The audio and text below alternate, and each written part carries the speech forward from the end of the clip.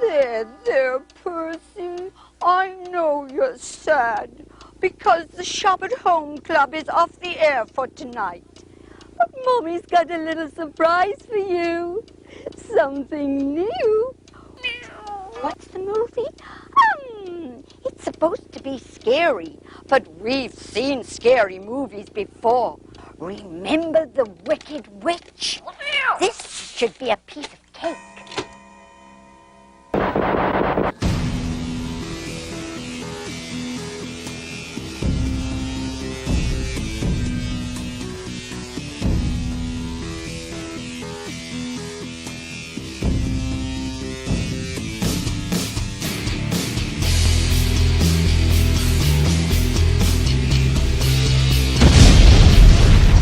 Greetings, Flesh Wound horror freaks, and welcome to Hell. I am Flesh Wound Dan, joined by producer Todd. Good evening. And the man with the box down there tonight, Pug's Dread. Allison James. Namaste. And Mike Kruger. Welcome to prime time, bitch. There you go. The only person who's probably put hooks into human flesh. I've had them put into me as well. There you go. There you go. So he knows what it's My like. fucking ear. Knows what it's like. Ain't afraid of no cenobites. God damn it. So yeah, we've been talking about this show for a while now, and it's obviously near and dear to my heart. Clive Barker in general. Your Hellbound heart? Come on, man. The puns are right heart. themselves. My Hellbound heart. Clive Barker is one of the main reasons, probably more than anybody, that I'm a horror fan.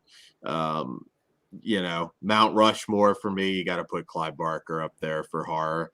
And yeah, very excited. It makes sense that this main event's Halloween 2022 for us. And yeah, we're going to rank the films. We're going to talk a little bit about the films. We're going to show off some merch. Some of it's sticking out. I had to drag shelves just to get it all here. So I don't know if I'll show it all, but I will show a ton of it. So yeah, very excited for this. So yeah, I can tell. Right on. I am. This is my fandom. Damn it, I love this stuff.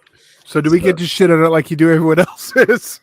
Hey, look, your opinion. I'm not lowering myself for this fucking piece of shit. So go for it, Dan. You have a great time.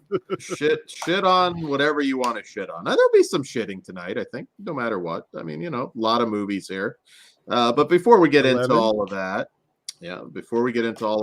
though, so just to understand the lead up to Hellraiser, which I think is kind of important. I'm going to be jumping around a little bit here, but it all really truly started with Clive Barker's grandpa, who was a cook on a ship, and he brought home a puzzle box from the Far East to Clive Barker, which certainly kind of important for what would come later. He also, Clive, had an obsession with skinless bodies, of course, as you see in the films, and that all goes back to a book from 1543, a medical book called and I'm probably butchering this, but De Humani Corporis Fabrica by Andreas Vessalins. Very important. These two little things, this medical book, whose pronunciation I know I probably butchered, and this puzzle box that his grandfather, part of me, brought home. I think that's just really cool how something like that led to a phenomenon. Just guy on a ship out there just picked that puzzle box up and changed horror history. So shout out to Clive's grandpa, because I think that's very important to the franchise that certainly Fist bump, granddaddy. Fist bump in heaven or wherever you are. Hell, you know, just having a good time wherever you are, I hope. And a lot of this was, of course, shown in some of Clive's early early short films, which a lot of those themes. But the thing is, right, a few years before we got the Hellraiser film, there was a game changer in horror literature, and that is the Books of Blood. The Books of Blood was just amazing. Some of the greatest horror short stories ever to this day. It changed the way we look at horror literature. If you haven't read Books of Blood, even if you're not a big reader, like I just think that that's like one of the ones where you should make an exception, because in terms of the horror genre, it is so very important. That also a couple years ago adapted for Hulu, but there's nothing that beats the actual book. It's just amazing, and you get an early look at what led to Hellraiser with, you know, the Yattering and Jack, which kind of had a demon, was kind of a demon themed story, and of course Inhuman Condition, which involved a man who solves this sort of knot puzzle which unleashes demons. You get that early look at Hellraiser, and I think if you are a Hellraiser fan or just a horror fan in general, you owe it to yourself to check out the Books of Blood, because I can't oversell it. That is just, those are just amazing. 31 stories, 6 volumes originally, and absolutely worth it. And so that kind of leads in a little bit. I'm not going to do like a whole bio on Clive Barker, but I think it's important to kind of understand where sort of his interests and obsessions come from. We have very early on, Clive Barker was going to shoot the first Hellraiser movie under the shooting title Sadomasochists from Beyond the Grave, which I still think is hilarious, and I kind of wonder if he got that happened. It's got to be a death metal band that has that name. Well, I'm not the guy to ask, but I would say 100%. I'm sure there's a punk band out there that's long gone. Order of the Gash. That's the one I'm going with. Order of the Gash has to be a thing too. I'm not the greatest as far as like musical stuff goes, but that there is no way that is not a thing. Leading up though to Hellraiser, we can't forget Clive Barker didn't have the best start in movies, although I know that these two films have their fans. He had initially done 2 movies, Transmutations and Rawhead Rex, for producer George Pavlin, also adaptations. And James Kaplan rewrote the Transmutation screenplay and cut a ton of Clive's dialogue, and Empire Pictures, I believe, cut 10 minutes from the movie. So initially it tanked at the box office, had a very limited release.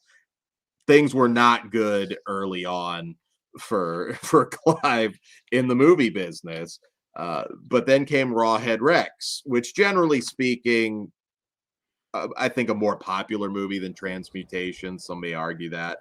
He was promised a little bit more control on Rawhead Rex. He wrote the first draft after then the budget being cut by $1 million and Clive being banned from set. The monster in Rawhead Rex was initially described as a 10-foot dick on legs, which is shown in a graphic novel adaptation by Les Edwards. Hell yeah. Which is well worth checking out. Again, not going to run down everything on the drama there, but it was just a really wretched experience. And they tried, the Green Man producing team tried to make 4 other Books of Blood stories into movies, but the rights expired, and Clive fortunately was able to prevent it. I have fun with Rawhead Rex, but I love that definitely one. not the guys you wanted to go in to work on Hellraiser. Rawhead Rex with. rules. So that's kind of the lead up. And as I started to mention before, also just seeing that the genesis of Hellraiser, Clive's short films, Salome and The Forbidden, which he did in the 70s, kind of also shows Clive's just love of puzzles and skinless human beings. And those are really well worth checking out. You really should check them out on the Scarlet box set, or they were released on DVD back in the day. And yeah, so um Clive's pals, who became synonymous with the Hellraiser franchise, Peter Atkins and Doug Bradley, uh they started up Hydra Theater Company, and which later became the Dog Company, which is where all of these kind of connections start to come together and slowly leading to the first Hellraiser film, which is a US produced but British made film shot at Cricklewood Production Village in London. And yes, I'll probably jump around tonight quite a bit in time here. Considering this bad start for Clive, you probably, if you were a movie insider, you wouldn't necessarily be expecting much from a Clive Barker adaptation at this point. If you saw Rawhead Rex and Transmutations, because so much of this came together so fast, it was just boom, boom, boom. And Hellbound Heart, what an amazing novella. It's very, very, you read it and it almost plays like a movie in your head. Yet at the same time, when I look back at 1987 and where the horror genre was, it's hard to picture us getting the film that we got at this time. The slasher boom was certainly well past the golden age by 1987. We were a lot of sort of comedy more so than anything injected into the genre over the last couple years, a few years at that point. Hellraiser was something different. And look, I love my slashers as much as the next guy, but when you look at Hellraiser, that was just such a game changer.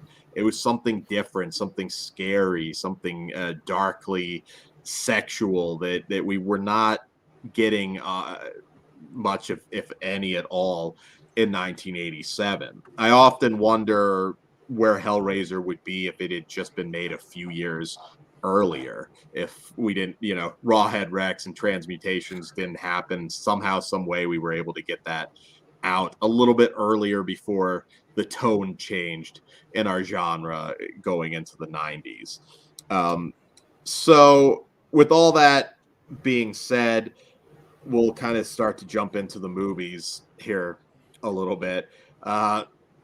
There are some decisions that Clive initially wanted that I think wouldn't have been good. Clive initially wanted the band Coil to do the music for Hellraiser, and it was actually New World executive Tony Randall, who of course went on to direct Hellbound, Hellraiser II, who chose Christopher Young to do the music. I'm going to put over Tony Randall a lot once we get more into our traditional franchise ranking and everything. I don't think he gets enough credit. I think that guy is amazing. I had a random chat with him years ago online, which kind of blew my mind. I was doing the radio show, but I don't know, I put over Hellbound and randomly struck up a conversation with him, which was just so cool. I I don't know if he realizes how important he is to the horror genre, uh, because Hellbound had many issues, which we'll highlight later. And I think that choosing Christopher Young to do the music for Hellraiser was a game changer. Christopher Young's score, I use game changer a lot tonight, but I'm excited. So It is. Christopher Young's score for Hellraiser is my favorite score in horror films, period. I know there's plenty of iconic scores that people will throw in there and argue, and hey, they're all great, but for me, it is Christopher Young. It made Hellraiser really stand out as something a little more adult in an era where we were getting a lot of popcorn fun. And there's nothing wrong with, popcorn movies, but to understand where I'm coming from as just a fanboy, I went to Catholic school.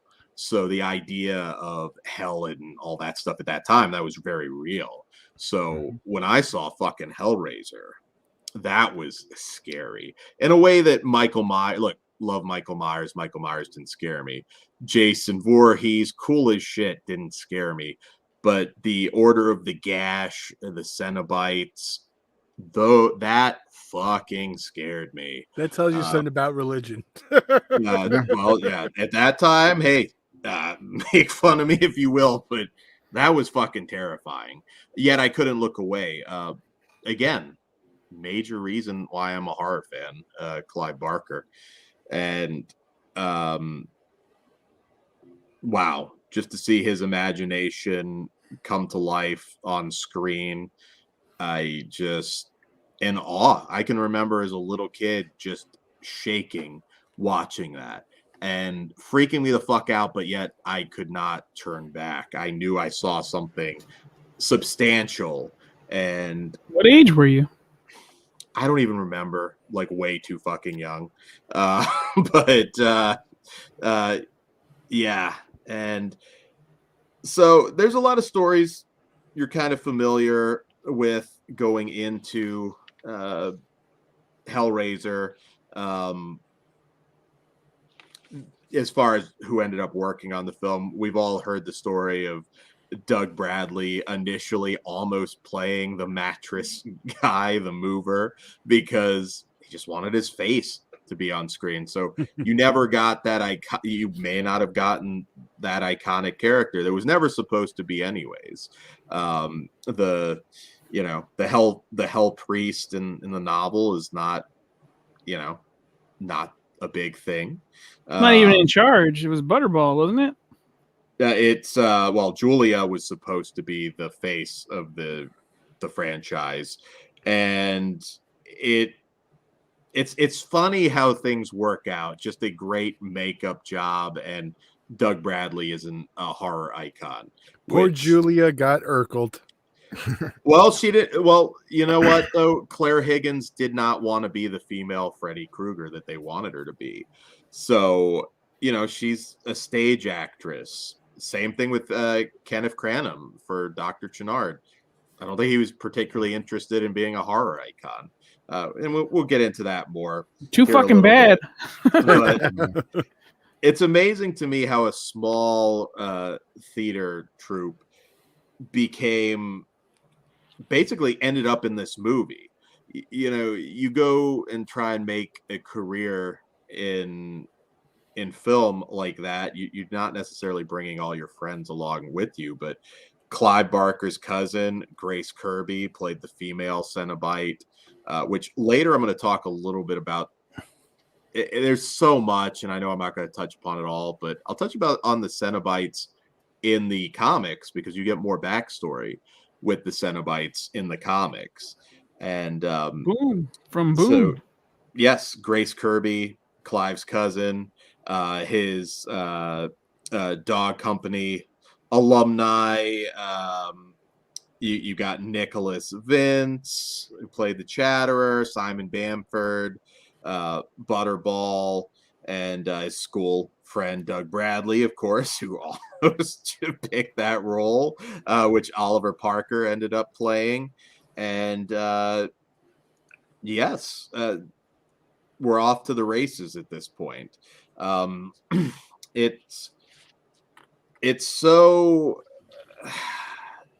Hellraiser is just, it's so different.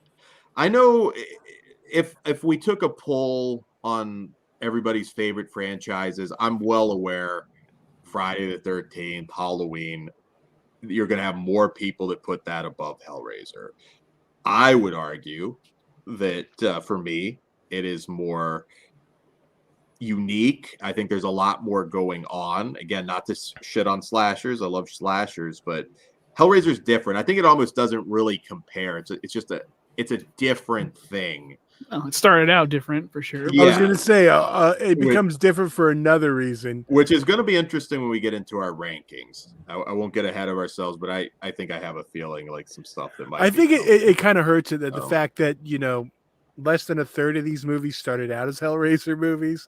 So I think when you talk about the franchise, and I know we're going to get into that more. There's some arguments on some of that, which I'll get into. But are you aware that in '86 it was actually Virgin Films that was interested in doing a Hellraiser film, also, which I didn't bring up earlier. It's strange because as we'll get into, the Cenobites only have like between 7 and 8 minutes of screen time in the original film. Need. That is all you need. Obviously, there's a lot more going on though. Like, there's with Frank and Julia and definitely. And honestly, if you go back to any of the first ones of any of these franchises, the screen time of our villain, hero, whatever you want to call him, Freddy, Jason, Michael, they're all like 10 minutes maximum. Usually, maybe a it doesn't more than the Cenobites, but Dr. Lecter. Yeah, I think Michael Myers is like 7 minutes in the original. But Dr. Lecter's less than 8, and he won an Academy Award for playing him. There you go. But my point is, it's when you get the sequels is when you get the abundance of the character, and generally. But Dan, before we go into general, do you have anything else? I mean, should we just start in our first film now? I think I've covered as much as I can leading up to this, but yes, understanding also British horror at this time. Hammer was king, and Hammer was king until the 70s, and wow, were we about, and I love Hammer, were we about to get hit with a brick here with Hellraiser. So, all right, general discussion. Let's go for it. And I'll probably be rambling and going back to other shit tonight. So there you go. I'm so obsessed with trying to get all this in. And we're almost half an hour in and I haven't even talked about it. And you're just rambling now. I am. But I fucking love it, Todd. I'm a geek. What can I say? All right, Hellraiser 1, 1987, Dan. Come on. So since I've been flapping my gums enough so far, and I've told my story with the franchise, Kruger, how did you first discover Hellraiser yourself? I mean, it was on TV when I was a kid, just by my parents being horror fans. The first one first, or did you see it? I'm not exactly sure. I just always remember the image of Pinhead and, him and his dialogue kind of creeping me out. But I think the first time I ever sat down and saw it, I was probably around and just watched the first movie. I was probably either maybe 8, maybe a little bit younger. And the thing that always mesmerized me about the first Hellraiser was just the effects. I mean, you have the opening scene where Frank, is reincarnated through the floor with the blood, and it starts off with this amazing looking heart, and just the way the effects look with the stop motion mixed into it, awesome stuff. And I always was just a big fan of that opening, and it hooked me from that moment on. And just watching at such a young age and not necessarily understanding all the sexuality stuff going on too, it blew my mind. And I do agree with, I'm a slasher fan through and through, but Hellraiser, I do put the original film above all the my favorites from other slasher franchises. But you see Pinhead kind of gets lumped into a slasher. I don't consider him one, but he gets lumped in as a slasher icon. So he's a horror icon, so they kind of get mixed up. Yeah, I mean, it became that to a certain degree. Yeah, a little bit in the later films, but the first one, I've always loved it from start to finish. Always, every time I watch it and sit down, and it always goes by so fast. And it's one of those movies though where I can't just watch one. I always got to watch 1 and 2 together. But I'll get more into that when we cover Hellbound. Absolutely. Pugs, how did you discover it? You know what? Like you, Dan, I don't really remember. I believe it was the trailer for Hellraiser 3 that caught my eye. So I don't think I saw it in order at first. But I do remember going, what the hell are these things? This looks cool. And then when he does the church thing and the fire comes up, I'm like, I want to see this. I didn't get to see it for a while, but it's Motorhead for a lot of people. And yeah, I was like, this Hellraiser or Ozzy. He does that song too. Yeah. But for this one, it was Motorhead. But I do remember the first time I saw the first Hellraiser, and I was disappointed. But I was also too young. I'm like, there's a lot of cool shit going on. I don't understand a fucking thing. Mm-hmm. And I remember, I think it was in middle school where it finally registered. Like, this is fucking incredible. So once that happened, and I saw the sequels and what have you, I was on board because I already liked the way he looked. I've always been a villain guy, and clearly they look like awesome fucking bad guys. So I was already in, and it grew with me, and I'm a big Hellraiser fan to this day. Not all of them, but we'll get to that. Yeah, the original I mean, it's probably like in my top 10 of favorite movies ever. It don't miss. Todd. Well, I'm the old one. I did not see it in theaters, actually, though.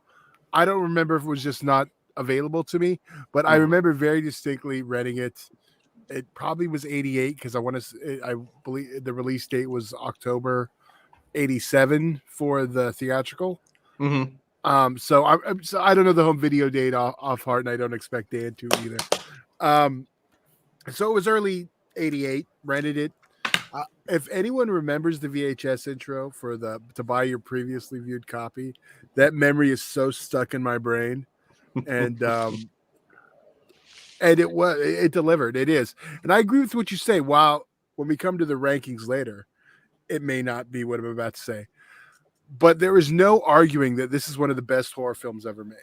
Yeah. Mm-hmm. And not to stop you, Todd, but put your rankings and all that as we go along in the chat as well. We're curious. Yeah. So again, when it comes to rankings, it's gonna be that'll be a whole thing. But saw it, fell in love with it. And yeah, I don't know what else. I mean, it's a masterpiece. What else is there more to say about it? It's also, quite frankly, I mean, I was a reader from a very young age, but I mean, it really was one of those things that really inspired me to read even more, read for pleasure.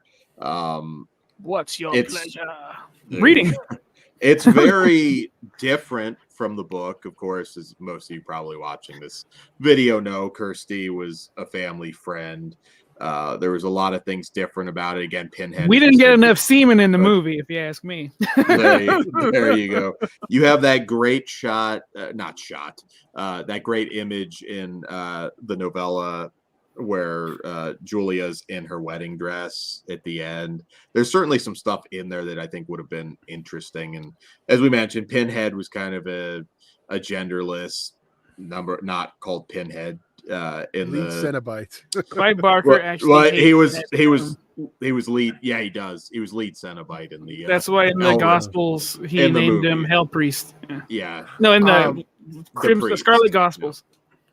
Yeah. I did want to throw out real quick. I didn't mention it. I think the fact that they didn't know what country of origin they wanted this from gives it like a different feel. Because it's part British, part English.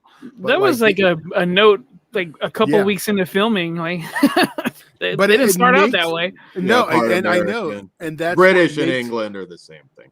Just wanted to, No, you said English. English. Yes, American. Yeah. No, are you talking about English? The dubbing? Yeah. No. Yes, yeah. I'm talking about the fact they didn't know what country of origin they wanted you to believe this was. Yeah. No, absolutely. And the notes that they got, and then the dubbing, it gives it a different world feel than just like if it was straight British or straight American. Yeah, it does, and I think that adds to like I don't want to say that makes it feel a little off in a good way, actually. Yeah, absolutely, and a lot of that's kind of silly because who cares? Just set it where you're shooting. American audiences care. American, yeah. Asian audiences care. And yeah, iconic New World Pictures. Anytime I see it, I still think Hellraiser. That's like the first thing that comes to mind. And also shout out to Christopher Figg, of course, who I don't know if I mentioned in our opening, that got them funding through New World Pictures with Christopher Figg, of course, producing. There's so many names which we'll highlight here and there that are responsible for making Hellraiser the phenomenon that it is. And like I said, the movie and Hellbound Heart, Kirsty also got a lot more fight in her in the movie versus the book. It's such a breeze to read Hellbound Heart, and it is worth it. Like I said, even if you're not a big reader, just to kind of have a good overview of everything. And I really love the ending of the book. Again, Julia, their wedding dress and everything. So yeah, the first film, iconic. Like, it's one of those movies, if I were more of age when I saw it, it would be impossible to imagine that a sequel would come even close. And we'll see where we are on all of that. But for me, did you have to hold somebody's beer? Tony Randall, hold my beer. Hold my beer, Clive. I'm going to put over something else with Tony Randall that I don't know if Kruger, are you aware that this is the man responsible for Godzilla in 1985? He's the one who took over and took it and made the American version. Oh yeah. So I think I know. Yeah, so I think that's, he's got a little bit of the Godzilla lore, and then of course Hellraiser. He's got a big part. Let's get fucking Pinhead versus Godzilla movie. Which Godzilla 85 is the first movie I think of when I see the New World logo. He's also iconic for the first film too. I mean, it was his call to have Frank resurrected in a scene that obviously became so iconic. It's up there with The Thing. Like, it's insanity. You would think the exec interfering. Like, sometimes they're right. I mean, with Tony Randall. We'll talk about other execs interfering later. So yes, I'm going to be doing a lot of putting over of him. And are you going to put him over later? Awesome. Absolutely. Sorry, lost my train of thought there, but the first film, do we all agree classic? Yeah. Any criticism? I think we all agree it's a classic. Okay, good. I thought we were gonna have a hazing situation where I'd have to punch somebody. So that's. I'd like to see you try. Yeah, who are you gonna punch, motherfucker? I would come after you. They were being so good, then you had to bring up last week's. We're still gonna be good. We're not gonna sink down this fucker's level. I haven't let it go yet. God. Shove it up your ass, Dan. What else are you talking about? Hellbound, Hellraiser 2. All right, Hellbound, Hellraiser 2. Copy paste and and how did he do it? So much that was just going wrong at that time. I mean, you have Andrew Robinson dropping out of the film with 2 weeks to shoot, which I think roughly it was 2 weeks to shoot, which is just insane. You have an original film that was just groundbreaking. People hadn't seen anything like that before. It's one of my great regrets that I couldn't experience this on a big screen. It's often talked about, The Exorcist, the initial screenings, and just how rough that was for some people. Frankenstein, in the 1930s, that was Terrifier 2 in the 2022s. Yeah, I don't know Frankenstein level, but yeah, certainly you're getting some of those reactions. I wish I could have been there for the young horror fan that thought they were going to see, a popcorn horror flick good time. Those trailers back then delivered. New World trailers, you got what you were getting. I don't think anyone went in They're expecting popcorn. You never know though. Like there just wasn't anything like this, and Tony Randall had to overcome so much. I mean, there were massive rewrites. There's that you can actually see the drawing in the Leviathan story of Hellbound, Hellraiser II doc, where you had like Frank and Larry like fused as Siamese twins in the script at one point. Andrew Robinson just didn't think he had enough to do, I guess. And as was also pointed out in that particular doc, it wouldn't really make much sense why Larry would be in hell anyways. So it kind of works, but yeah, I mean, between the budget cuts and Robinson and just on paper, Hellbound Hellraiser 2 should have been a disaster, and it wasn't. It's amazing, and we have to also put over the those matte paintings of Hell by Cliff Cully that add so much because they had to work their asses off because they didn't have this massive budget. Hellbound looks like such an epic film, but we weren't talking insane amounts of money at this point. And and thank God Tony Randall directed this thing. I'm sure, and again, as you see in some of the docs and everything, it wasn't easy. I think he had a lot of points where he probably thought he was going to have a mental breakdown, but he stepped in. Clive, we think of Clive Barker as a horror writer, and he is, but Clive was kind of moving more into like dark fantasy, and he didn't want to just be known as the horror guy. And I don't know. I maybe this is a better film because Tony Randall directed it and not Clive Barker. As much as I love him, I mean, this everything in Hellbound just. I couldn't believe my jaw was on the floor the same way it was with Hellraiser. I could not believe that this got me again. This sort of sealed it that this was my favorite franchise, and the image imagination effects are just top notch. And wow, they got me again. So I have sucked this one off thoroughly. Hellbound. I know we're going to probably get into the ranking in a bit, but I think the first two especially are important to, put over. What did you think when you saw Hellbound? Because, wow.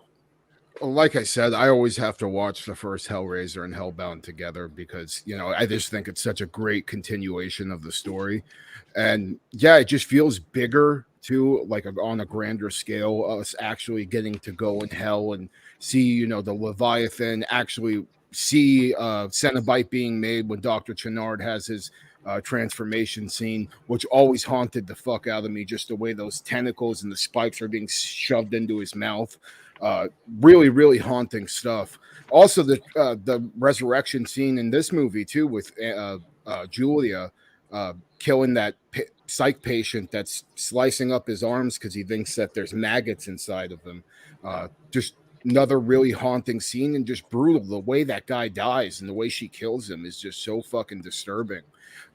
Anything with just the image of these people, skinless people, always like scared me as a kid, and like still to this day, it's a haunting thing that I think is missing in some of the later sequels. That I wish we would have got more of that because I always loved that image.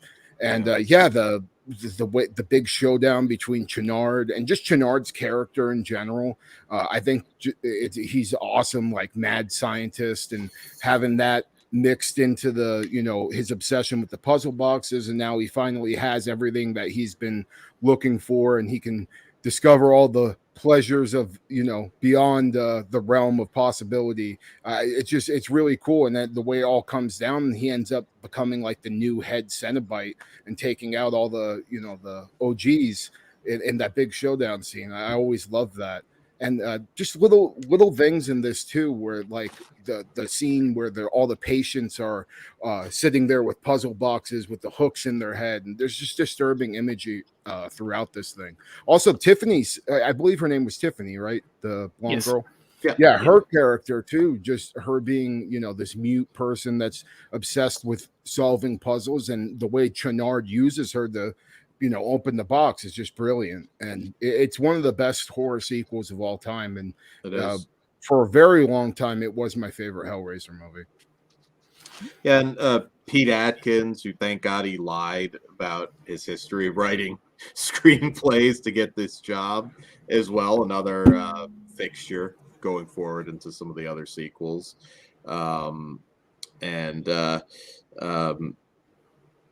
Yeah, just for all the challenges with this, the 20%, I believe it was, budget cut, that's huge. You're one of your stars dropping out.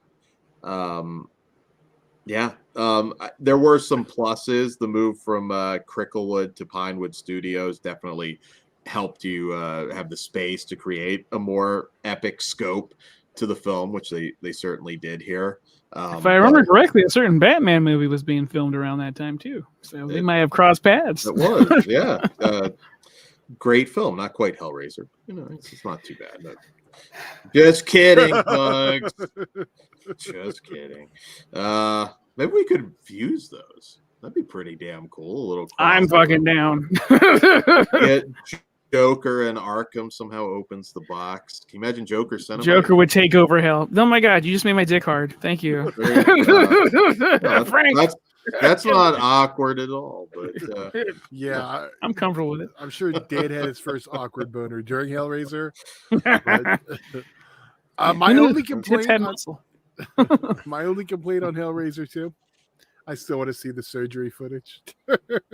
Then tease me with the damn still. I know, but no, I love Hellraiser 2. It's I don't want to say it's quite alien to Aliens, but it's close. I think that's a fair comparison. Yeah. You also, Clive wanted that really fucked up skinned sex scene between Julia and Dr. Malahide. Of course, later became Dr. Channard. That would have been interesting. It is one thing about Hellraiser. I mean, it's a very sexual, franchise, but there's not a whole lot in the way of actual like fucking and nudity. It's never quite gone as far as I think they could go. Lots of skinless nudity.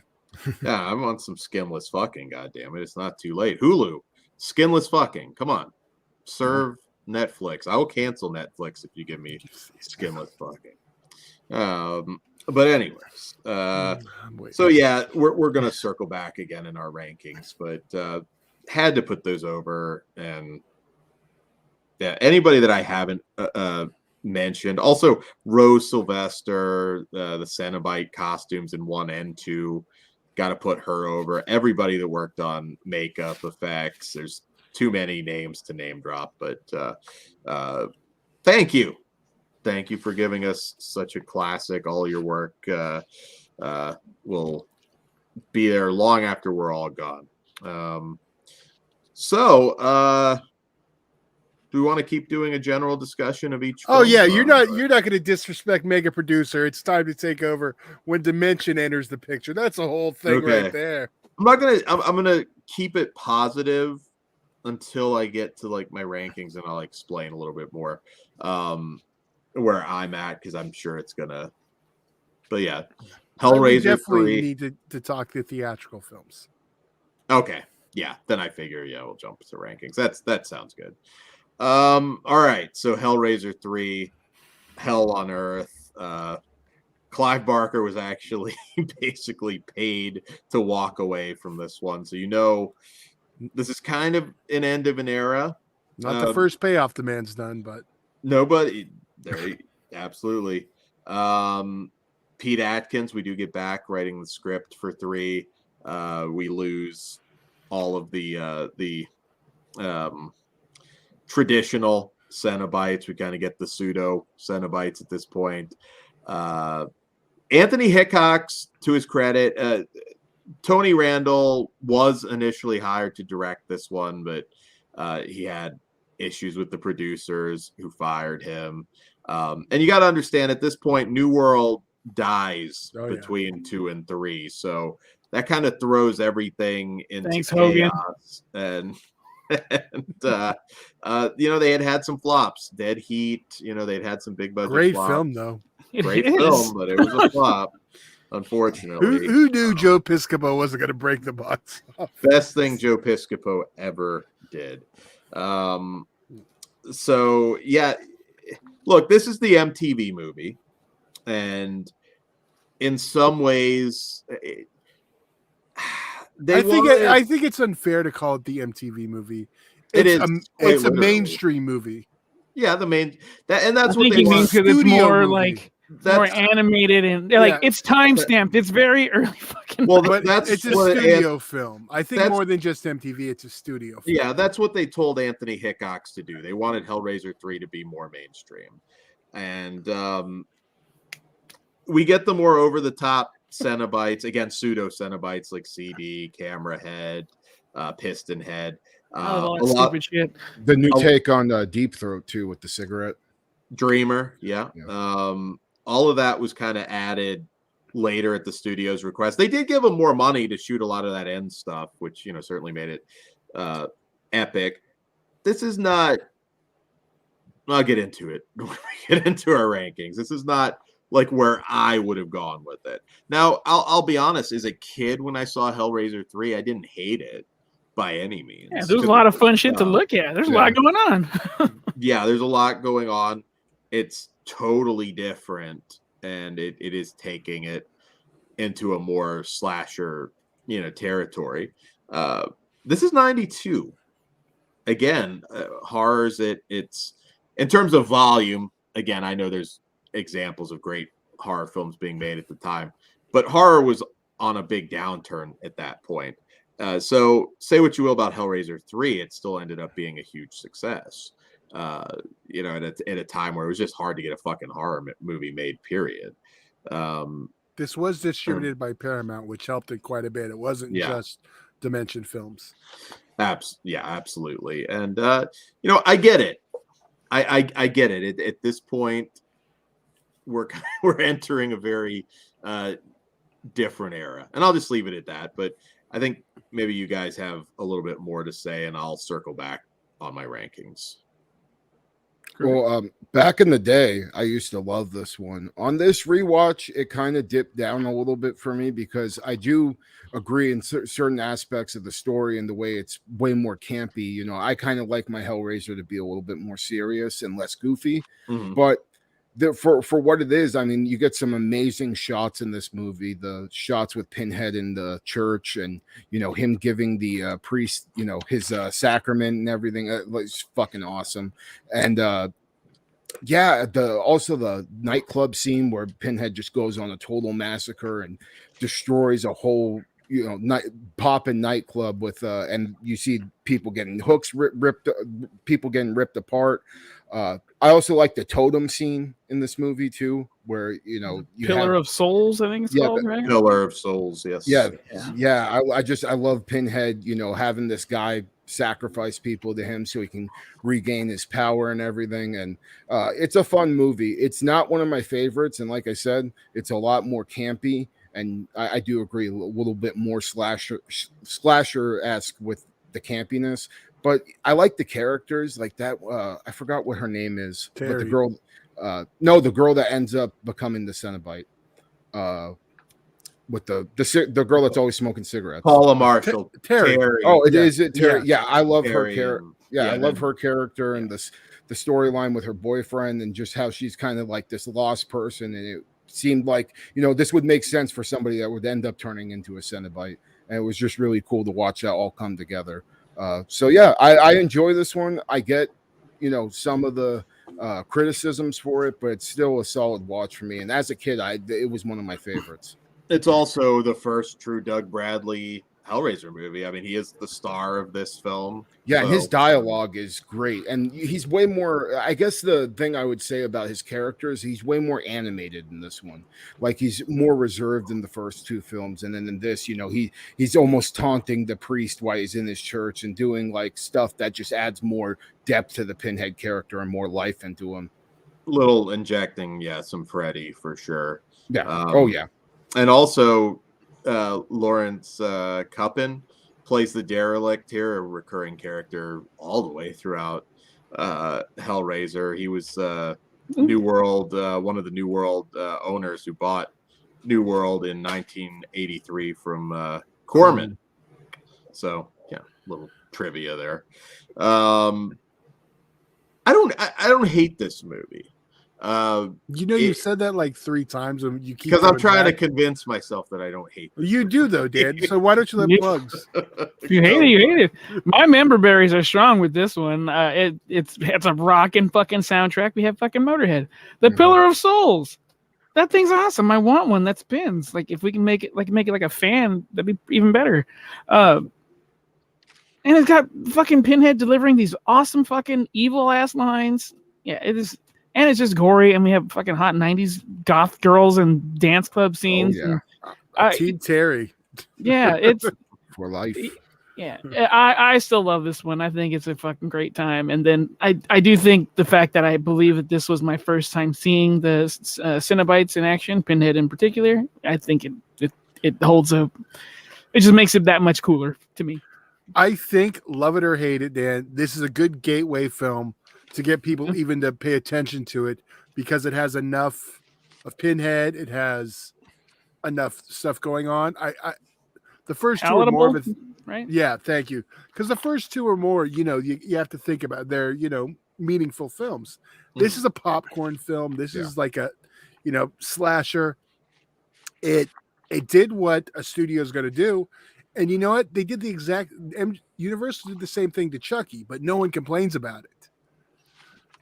And it's kind of like the same thing. The studio got a hold of it, and now we have a bigger, more scope of a movie.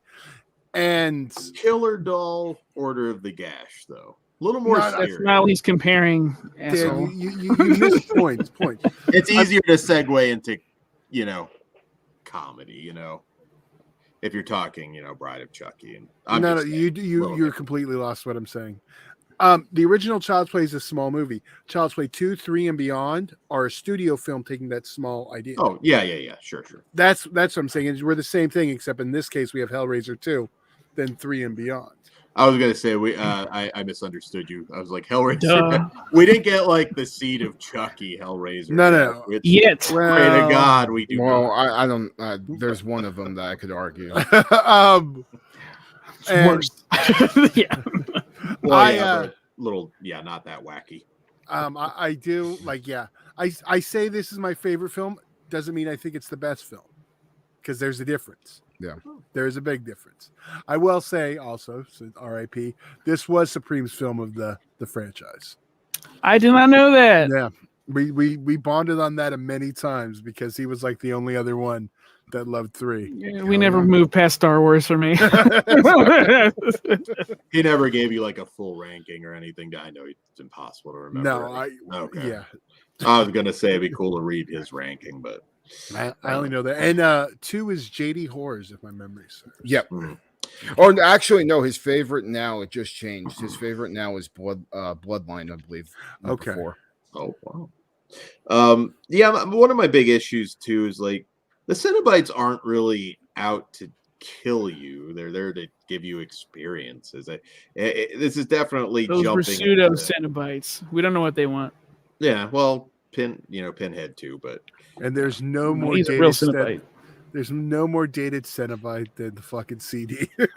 Dude, CD is hilarious. So. I love it, but it's just funny now because it's like, what is it fucking? What about compact disc?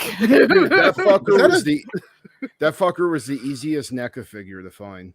Like, he was always the one that I would always see at the store. I have to ask him. Does he have shooting CD action? That's all I need to know. I don't think so. But wasted opportunity. First, no rocket firing Boba Fett, and then no CD firing. I mean, it was NECA. They didn't have action fucking things, but yeah, but I think a lot of people still like this is the first three are probably their favorites, at least from like the rankings I've seen. Yeah. No, there's no doubting that whatsoever. And one thing about Hellraiser 3, it was originally going to be set in ancient Egypt with the Great Pyramid being the first lament configuration to raise the Great Pharaoh, and it wouldn't have had Pinhead. So that was the initial concept. I would have been curious to see what they did, because at the end of 2, it's arguable, I suppose, whether cenobites can truly die, but looks pretty dead. yeah, Chanard did a pretty thorough job of fucking all of them.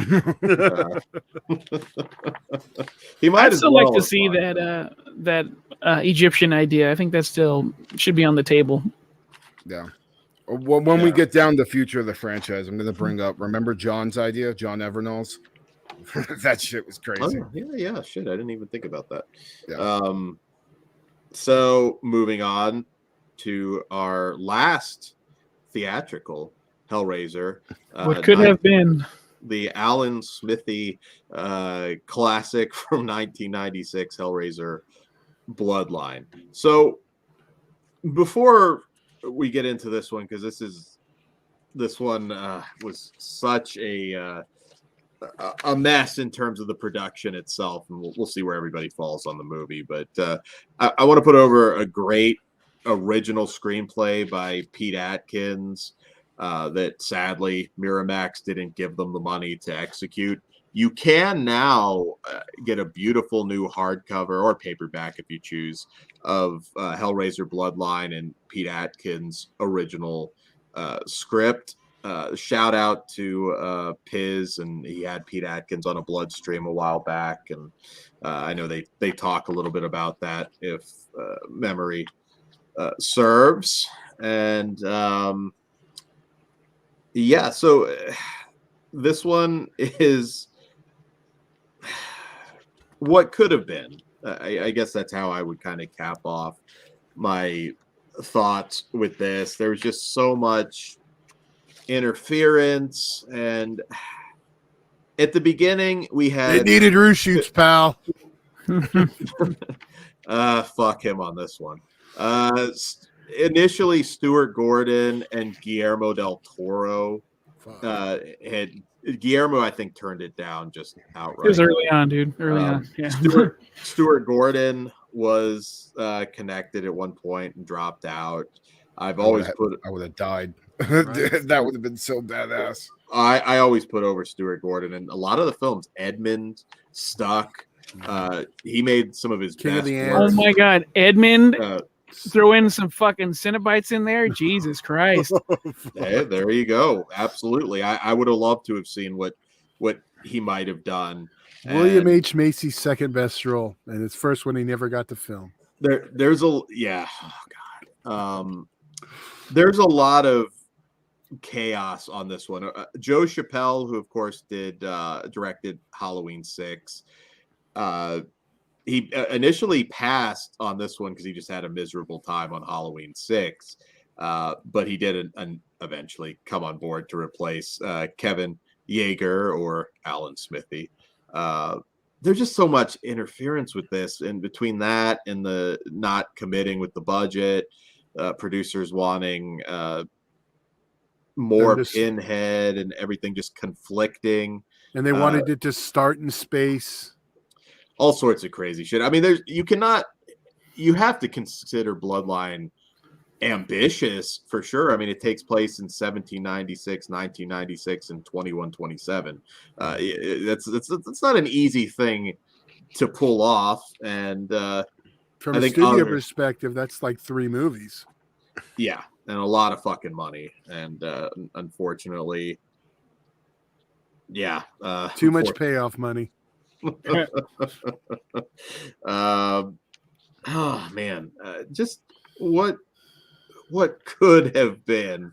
And I really hope everybody reads Pete Atkins' original. I don't think if you love Bloodline, more power to you, but I don't think anybody would read that and say it wouldn't have been a better movie and made more sense. Because Angelique and Pinhead, there's a lot of stuff that doesn't quite make sense, with Angelique being on Earth for so long, and some of the character stuff that's only really hinted at. Like, you can tell they have this relationship. It's not really explored in Bloodline. Every time I go back and watch it, we don't really get a lot of those two, and that would have been some of the more compelling material that they could have given us. Because, as I'll get into later, Pinhead had a lover in the comic books, in one version of the comic books, and I don't know, it teases us with all this cool shit, and we don't really get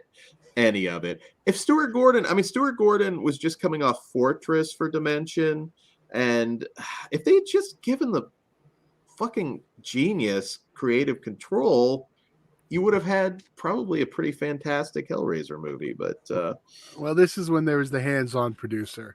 And also, like Halloween 6, there is an alternate cut, which is better. It's not the script cut, but it makes it make a lot more sense. It's far superior than what we got. Because I actually liked Bloodline until I saw the other version, or I read the script. I was like, oh, fuck, this could have been way cooler. And also, Team Pinhead, fuck Angelique if she wants to fucking start shit. Like, I'll back my boy. Fuck that hoe.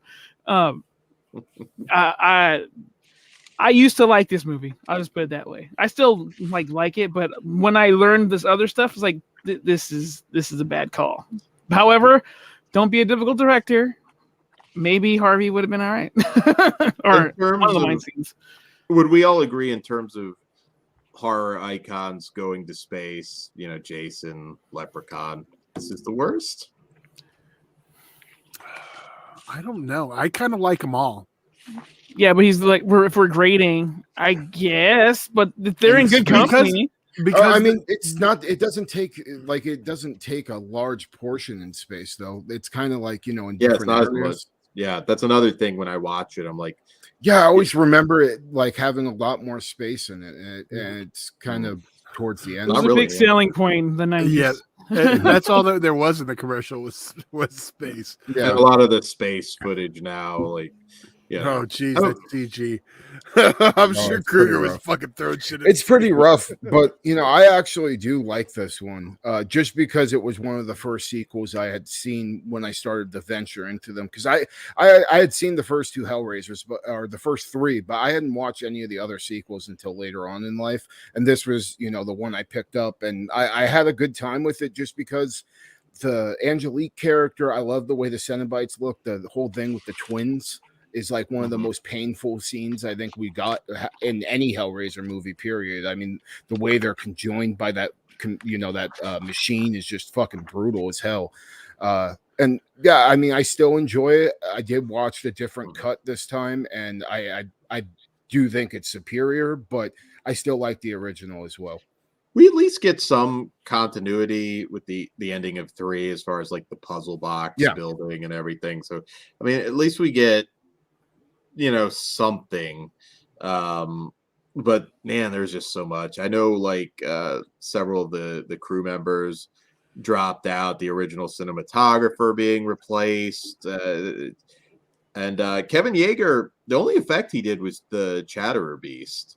That was the only effects work that he really did. But we do get some good effects. I'll give the movie that.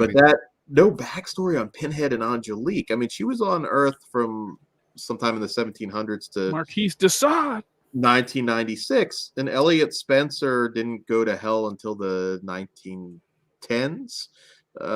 So, like, a lot of that just didn't really make a whole lot of sense there. I mean, I guess Pinhead's spirit, Elliot, all that, you can kind of try and make sense of it. It doesn't connect, and that annoys me.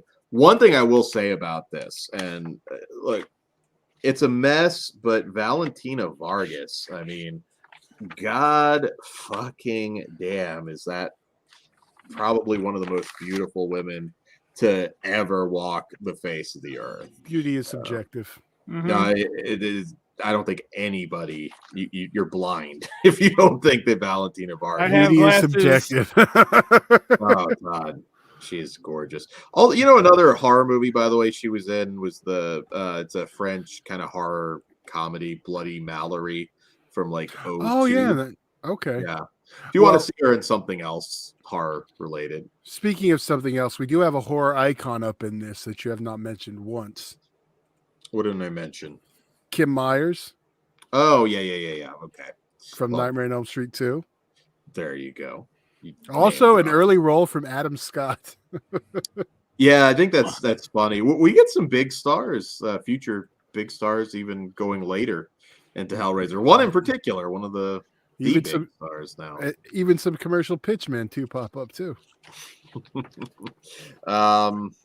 So former detective. Yeah. Now, this movie wasn't as big of a disaster as they firemen make it out to be. It was critically panned, and it certainly was the end of the theatrical era. Still is. I mean, it's the last theatrically released Hellraiser film, and depending what goes on with Hulu, it sadly might be the last. So I have a question, Dan. Go for it. I've been holding off my argument on the new film. Would you like me to present it now or in the rankings? Let's do it in the rankings. Okay. Yeah, let's not jump ahead yet because I'm kind of curious to hear what you say. Then I will go last to this movie. Okay. So, anything else on Bloodline? I mean, again, I'm sure we'll be circling. If you can seek out the director's cut, I know there's a version on YouTube which has like some Sims style animation added in to fill out the script. Yeah, that's probably the only way to see it. The director's cut with a little bit extra. So. And I am going to just say the way that Pinhead goes out is so lame. And that stupid look he has on his face with the hollow, it bothers me so fucking much. But hey, probably one of the more, in fact, in several, I know songs sample it, pain has a face, allow me to show it to you. I am pain. All that. There is. That was like in our opening for like ever too, right? Yeah, of course. That's what I said. Like, I am pain. Do I look like someone who cares what God thinks? Again, I'm not going to deny as a kid that I wasn't quoting the shit out of this, but it's metal as fuck, right? Yeah. That's my next tattoo.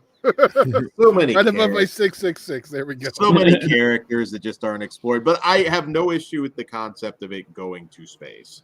Like, I think had it been done right, that would have been really cool. So, all right, end of the theatrical era. Or we want to jump into the rankings now since we're through the theatrical, and we will be talking about the other films, but we'll just do it as we go along. All right, I'm gonna go last. All right, so let's just go. All right, Kruger. Go for it, Kruger. I'm curious. Yeah. The first, it's really hard for me to pick my favorite because, like I said, I watched 1 and 2 together. Are we going top to bottom or bottom to top? Top to bottom. Yeah, right. Top to bottom. Cool. But yeah, my favorite is the original for sure, just because it changed the way I looked at horror when I first saw it, and it probably had something to do with my love of just practical effects. So. First Hellraiser is number 1 for me. Cool. Right on. For me, for number 1, I went with Hellraiser 2, Hellbound. That's the one I go to the most. Like we wouldn't get there if we didn't have the first Hellraiser, but like if I'm gonna just watch 1, it's gonna be 2. Todd or Dan? For me, it is the original. Although I agree, Hellraiser 2 may be the greatest horror sequel ever made. It is, Bride of Frankenstein, perhaps, but Hellbound, Hellraiser 2, as far as like the modern era, if we count that as the modern era still. My God, they bleed together, but I still have to say Hellraiser the original 1987 film is my number one. You are muted. While I do agree the first one is the best one, my favorite is still 3. Such a fun time. And I agree with Kruger though. I can only watch 1 if I watch 1 and 2. Yeah. So that may be part of why going to 3 is just an easy one-off. Mm-hmm. And it is so quotable. It's got some great lines, great energy, fucking hot goth women. So yeah. Hell yeah. All right. Well, number 2 is Hellbound, Hellraiser 2. I already sucked it off enough, but Dr. Chenard, especially that character being introduced into the story, makes me love that. And I do agree. It's one of the best sequels ever made. For me, my second place is Hellraiser, the OG. It's only second place because I couldn't put both of them at the top. Yeah. That movie don't miss. It's fucking incredible. For me, I already said what I needed to say about it. Hellbound, Hellraiser 2. Mine is the original, the first one. All right. So number 3, mine is Hellraiser Inferno. I hadn't seen that movie ever until probably I was in high school, and I was on a kick of Law and Order SVU at the time. And the story kind of plays out like a weird Law and Order SVU episode, and I love it. The main character of this, crooked cop, and just you're following around that. First, you think he's a decent human being, but then he just gets worse and worse and worse throughout the movie, and the way that's tied in with these almost serial killer like Cenobite murders. Just love it. The twins, the weird half person chatterer thing, and the ending when Pinhead realizes or shows him that it's been him the whole time committing the murders, and that scene where he his normal self gets ripped apart by the fucking chains, and then you just see the sinister version of him walking out of that room after his wife and kid got murdered. It's one of my favorite endings of all the Hellraisers, and I've always loved it. So Hellraiser Inferno is my number 3. All right, my number 3 is Hell on Earth for all the reasons stated earlier. It's metal as fuck. Dan?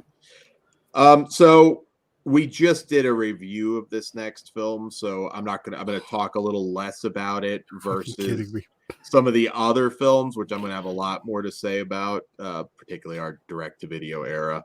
But my number 3 pick is Hellraiser 2022, which, as I pointed out in our review, it didn't have that iconic music, the Christopher Young. Can I do it now? Music. Not yet, Todd. Shut the fuck up. Let me finish. God damn it. So this is not a perfect film. Now, obviously, we have big highs going into these movies, and I'm not going to say it's perfect. Odessa A'zian's as Riley is certainly not as relatable or likable as Kirsty Cotton. The cat, some of the characters in general, very flawed. That doesn't bother me. 13 Ghosts is a great looking. I understand that, but I'm not trying to watch 13 Ghosts when I want to watch Hellraiser. Oh, fuck you, Todd. I had no issues with that whatsoever. I thought that was. I did. It all worked. Well, we'll get into it. But as far as moving forward, say what you will about the other movies, and I will have some very good things to say about some of the other movies. But Hellraiser certainly became directionless for the longest time. I feel this is a great film to sort of get it back on track. Jamie Clayton is the Hell Priest or whatever you want to call her, is amazing. Some people, I'm surprised how many people I know already that might actually prefer her over Doug Bradley. I'm not saying I do, but they're crazy. But she's a worthy successor. I'll give you that. I think all of the Cenobites that they had in here, the Gasp, the Asphyx, I think everybody just looks fantastic. It's a different vision. I get some people don't like it without the leather, but if we're being real, the leather doesn't make as much sense. It doesn't, and I've never argued on that one. But yeah, I agree. Yeah. I like the fact that we're talking about these fucking people from beyond the grave, and it doesn't make sense that they're wearing leather. Fuck out of here. I'm stupid argument. I'm not shitting on anything. They all look great, and they look great in their own right here. So, yeah, that's my thing. Like, I think they can. Whatever they have coming next, I hope it's Jamie Clayton. I wouldn't mind seeing David Bruckner back, but I hope they continue from this. I hope this isn't a judgment situation where we're setting up a lot of stuff and then we're never going to get it. I don't really want Riley back. I think, take this. Go ahead and OD somewhere else. Yeah. And and get, if you wanted like an opening scene kind of deal, whatever. But so you don't like the lead, so what's the point continuing? I didn't say I hated the lead. She is Get rid of her. Good actress. I don't think she's not a Kirsty Cotton though. Like, I don't want to follow her into future movies. She fucks up too much to want to, root for her all the time. Yeah, she definitely fucks up. So that's my number 3. I think overall they did a fantastic job. And call it the 13 Ghosts Hellraiser. That's not even the insult. That's what it is though, which is funny. Okay, now may I tell you what I finally figured out? Spout your bullshit, Todd. Oh no, it's not bullshit. I want to hear you argue your way out of this. I think Pugs knows what it is now. I don't remember. Okay. Changing the lore? I don't have an issue with that. No. It's okay. And you brought it up so perfectly when talking about the original. Okay. And this is why I think it's just content produced by Hulu Disney. Oh, where's the sexuality? It's fucking not there. What's the fucking point of it not being there in a Hellraiser movie? It's not a lot of that in Hellraiser, period. It's kind of always been. We get some fucking. That's not what I'm talking about. Well, actually, we do have one that's a little more kinky that I don't know where it'll rank for people, but he's talking about the 2022 one. Yeah, I don't disagree. It's lacking the sexuality, and that's to me what can't make it a good Hellraiser film. I don't disagree. I think, and I said there was no way you could argue out of that. We need some more fucking in Hellraiser.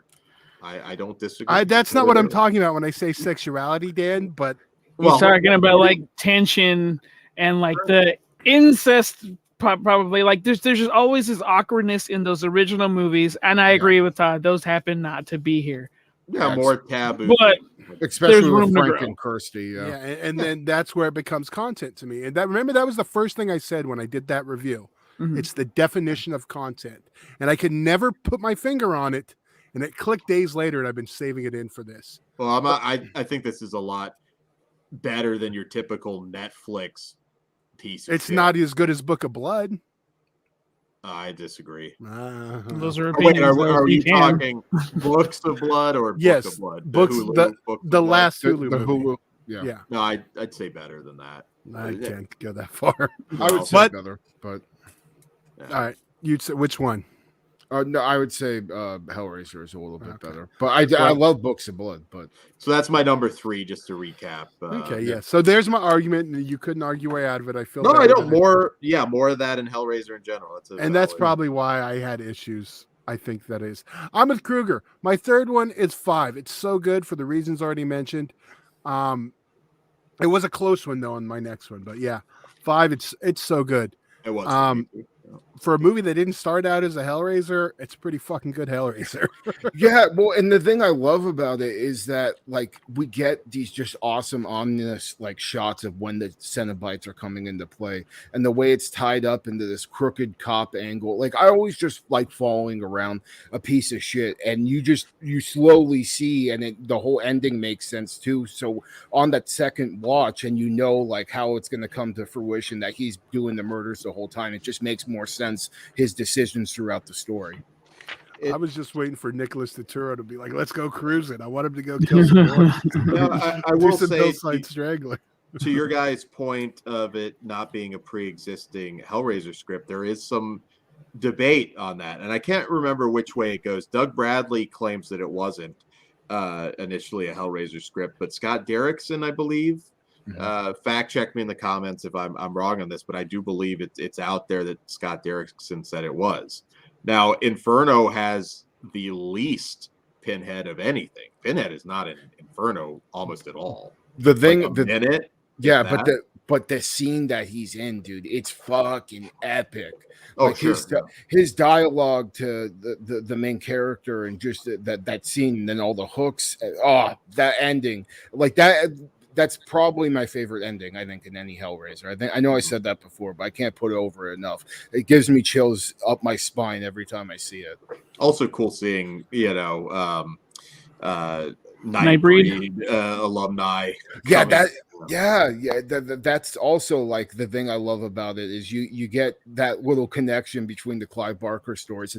I actually didn't realize it was his name in Nightbreed's Boone, I believe. Craig. Right? Oh yeah, Craig Schaefer's the actor, but yeah, Boone.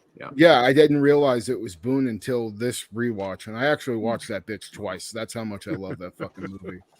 Yeah. Well, not to tip my hat, but did you do your number 3 yet, Todd? Yes, I was also Inferno. Okay. Not to tip my hat, but I'll have a lot more to say about Inferno. Okay. So, number 4. So number 4 for me would be Hellraiser 2022. It has its issues, but I had a great time with it. And after watching it a couple more times, the scenes with the cenobites, mangling these people and the way the cenobites look, they're some of my favorite designs throughout the whole series. And I thought they did a great job, and I hope we get more, because I want the Hellbound to this Hellraiser for sure, especially with that fucking ending. Another one of the best endings, I think, to any Hellraiser, because I thought we were not going to get that shot of what's his name, Voight. Yeah. No, Voight. Yeah, I didn't think we were going to get that shot of him being transformed into a Cenobite, and goddamn, was it fucking glorious. Almost as glorious as Dr. Chenard's transformation. So hope we get him in the second one playing that Chenard character, too. That would be great. It was great. Hard to top Chenard, though. My God. Yeah. Let him try, though. If you get even close, it's good. If you're halfway there, that's great. For me, number 4 is Hellraiser Judgment. I love this dirty little fucking movie. Yeah. Dude, that's a 3-pointer at the buzzer. I think with what they all had fucking going against it, the last movie coming out, Revelations, just everyone was dead. And like, we don't want this piece of shit. It's going to suck. And Judgment was a nice breath of fucking fresh air. We have the Auditor, who's fucking incredible. I just like, it looks so fucking dirty and filthy. I like this hell. So that's my number 4. Yeah, definitely is the grossest Hellraiser. Yeah. One that should have carried on, but fortunately some people got locked up and this and that. The only way to get the rights out of the Weinstein's hands was for him to go to prison. Otherwise, we would still have shitty Hellraiser sequel. Well, actually, we had some good ones now. Children of the Corn. They would not let those rights go. They were going. Halloween, they didn't give a shit. As long as they made a movie, they kept those rights. Children of the Corn in space. Never quite got that one. We didn't get that, did we? No. Children of the Corn in space. We didn't. No, I was going to say. I was like, I only like one of those movies. What's that movie with fucking Matt Damon where he goes to space? He grows corn instead of potatoes. It's Martian.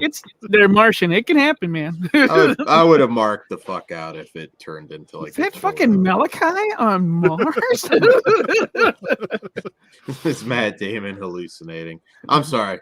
I don't know how Matt Damon got into Hellraiser. Harvey, then we kind of went down a wormhole. Did you pick your? All right, my number 4. All right, sweet. So my number 4 is Hellraiser Inferno, and it was kind of close to 2022, but that one just edged it out.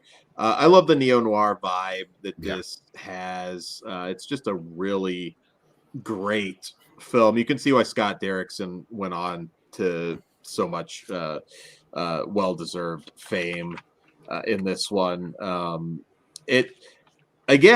Hellraiser wasn't exactly what I wanted it to be with 3 and 4, so this kind of brings it back. I mean, I know a lot of people like, well, is it really a Hellraiser film? Well, at this point, what is a Hellraiser film after, Pinhead supposedly is dead. This is doing its own thing, and I love that. It's often been described as kind of like Hellraiser meets a David Lynch film. I love it from beginning to end. What a great cast too! Craig Schaefer, James Remar, Carmen Argenziano, Nicholas Turturro, and Pinhead does have one of my favorite. We'll get into our favorite quote, but your flesh is killing your spirit. I think that's such a great line. This movie's just weird, and again, that cowboy casino club, the Crossing, I believe it was called. That was just so cool. It was bizarre. I'd like to see some sort of like I don't know, some sort of like short film on Mr. Parmagi, the owner. I thought that whole bit was just so weird. The ninja cowboys. On paper, this might sound stupid if you never saw Hellraiser Inferno, but it really just works. It just vibes. It's a really trippy film that I think is great. I mean, in terms of like direct to video horror films, franchise horror films of that era, I think Hellraiser Inferno is head and shoulders above pretty much everything. I mean, Candyman 3, the Wishmaster sequels, head and shoulders. I think definitely they actually did a great job. Definitely all the stuff the Weinsteins were putting out with all their Dracula sequels, everything was getting a sequel from them. Yeah. Top of. I can't think of one other that beats it from that era of Dimension, straight to video stuff. Oh yeah, absolutely. I was very happy with this when I saw it, and it was a surprise. Yeah. Gary Tunnicliffe, who we'll be talking about a lot more, taking a cut in pay to kind of get more money into the effects. I think, look, it's a smaller, more intimate movie, which is what it needed to be after, I think, 3 and 4. This is the Hellraiser that we kind of needed. It kind of shows you, like, all right, this is what it's like when you are in hell. And, of course, we're doing spoilers here, so not to give away Craig Schaefer's fate, but why would you be listening to a Hellraiser franchise show if you haven't watched the movies? So this is a very strong 4 to me. This is not in any way... I think Inferno, say what you will about what came after Inferno, but it brought it back to where I think it kind of needed to be while being its own thing. And I don't know, maybe someday we'll get definitive word on whether this was initially supposed to be a Hellraiser or not. But that is my number 4. Well, we definitely know some of the other sequels did start out as other life. Definitely. Mine is... It's not a cheat, but it's kind of a cheat because it's a tie. But let me finish. 4. But I'm going to count both of them because they would actually be next to each other. I'm 4 director's cut, then 4 theatrical cut. Oh. So, like I said, it's kind of a cheat. It's still Bloodline. Yeah, you can just say Bloodline. Well, I do want to. I need it clear that the director's cut is the superior version. Gotcha. But 4 is a piece of a fucking mess. It is. I still have fun with it. It makes it a different, dumber movie. Yeah, I like dumb. We know this. Fair enough. All right, so 5th one, Kruger. What do you got? My number 5 is Hellraiser 3. Just like I said before, even though it's campy as fuck, I love some of the one-liners. The goofy cenobites and the church scene and the nightclub scene alone is some of my favorite scenes with Pinhead just massacring people. So, Hellraiser 3 is my number 5. Okay. All right. For me, number 5 is Hellraiser 2022. I think it's a good updated version, and I'm ready for more. I do want to revisit this world, and I hope it goes fucking darker and crazier. So, Mr. Dan? All right, my number 5 is Hellraiser Judgment. So at this point, like obviously we're years and years into the direct-to-video era, and you can argue quality or lack of for some of these films, but this is just as low budget as Revelations at this point. A few $100,000, if that. We're getting Gary Tunnicliffe getting his shot at the director's chair at this point. He had pitched this for like 5 years and finally got Dimension to green light it to keep the rights. This is, once again, he tried to get Doug Bradley back, but I think that non-disclosure contract and just basically getting paid pennies. Non-disclosure contract from the Weinstein Company? Yeah. At least he respected it, unlike these other fucking bitches. But look, I'm going to say this. Paul T. Taylor, I thought was great as Pinhead. Yeah. He does, his own thing with it. Mimicking Doug Bradley is dumb. I'm very glad that, really nobody, I mean, say what you will about Revelations, nobody just tried to be Doug Bradley. They all tried to bring their own thing to it. And I think Paul T. Taylor was great. When this ended, again, you can tell that this is a low budget movie. Don't get me wrong. I mean, you can tell they didn't have a whole lot to work with, but they made the best of it.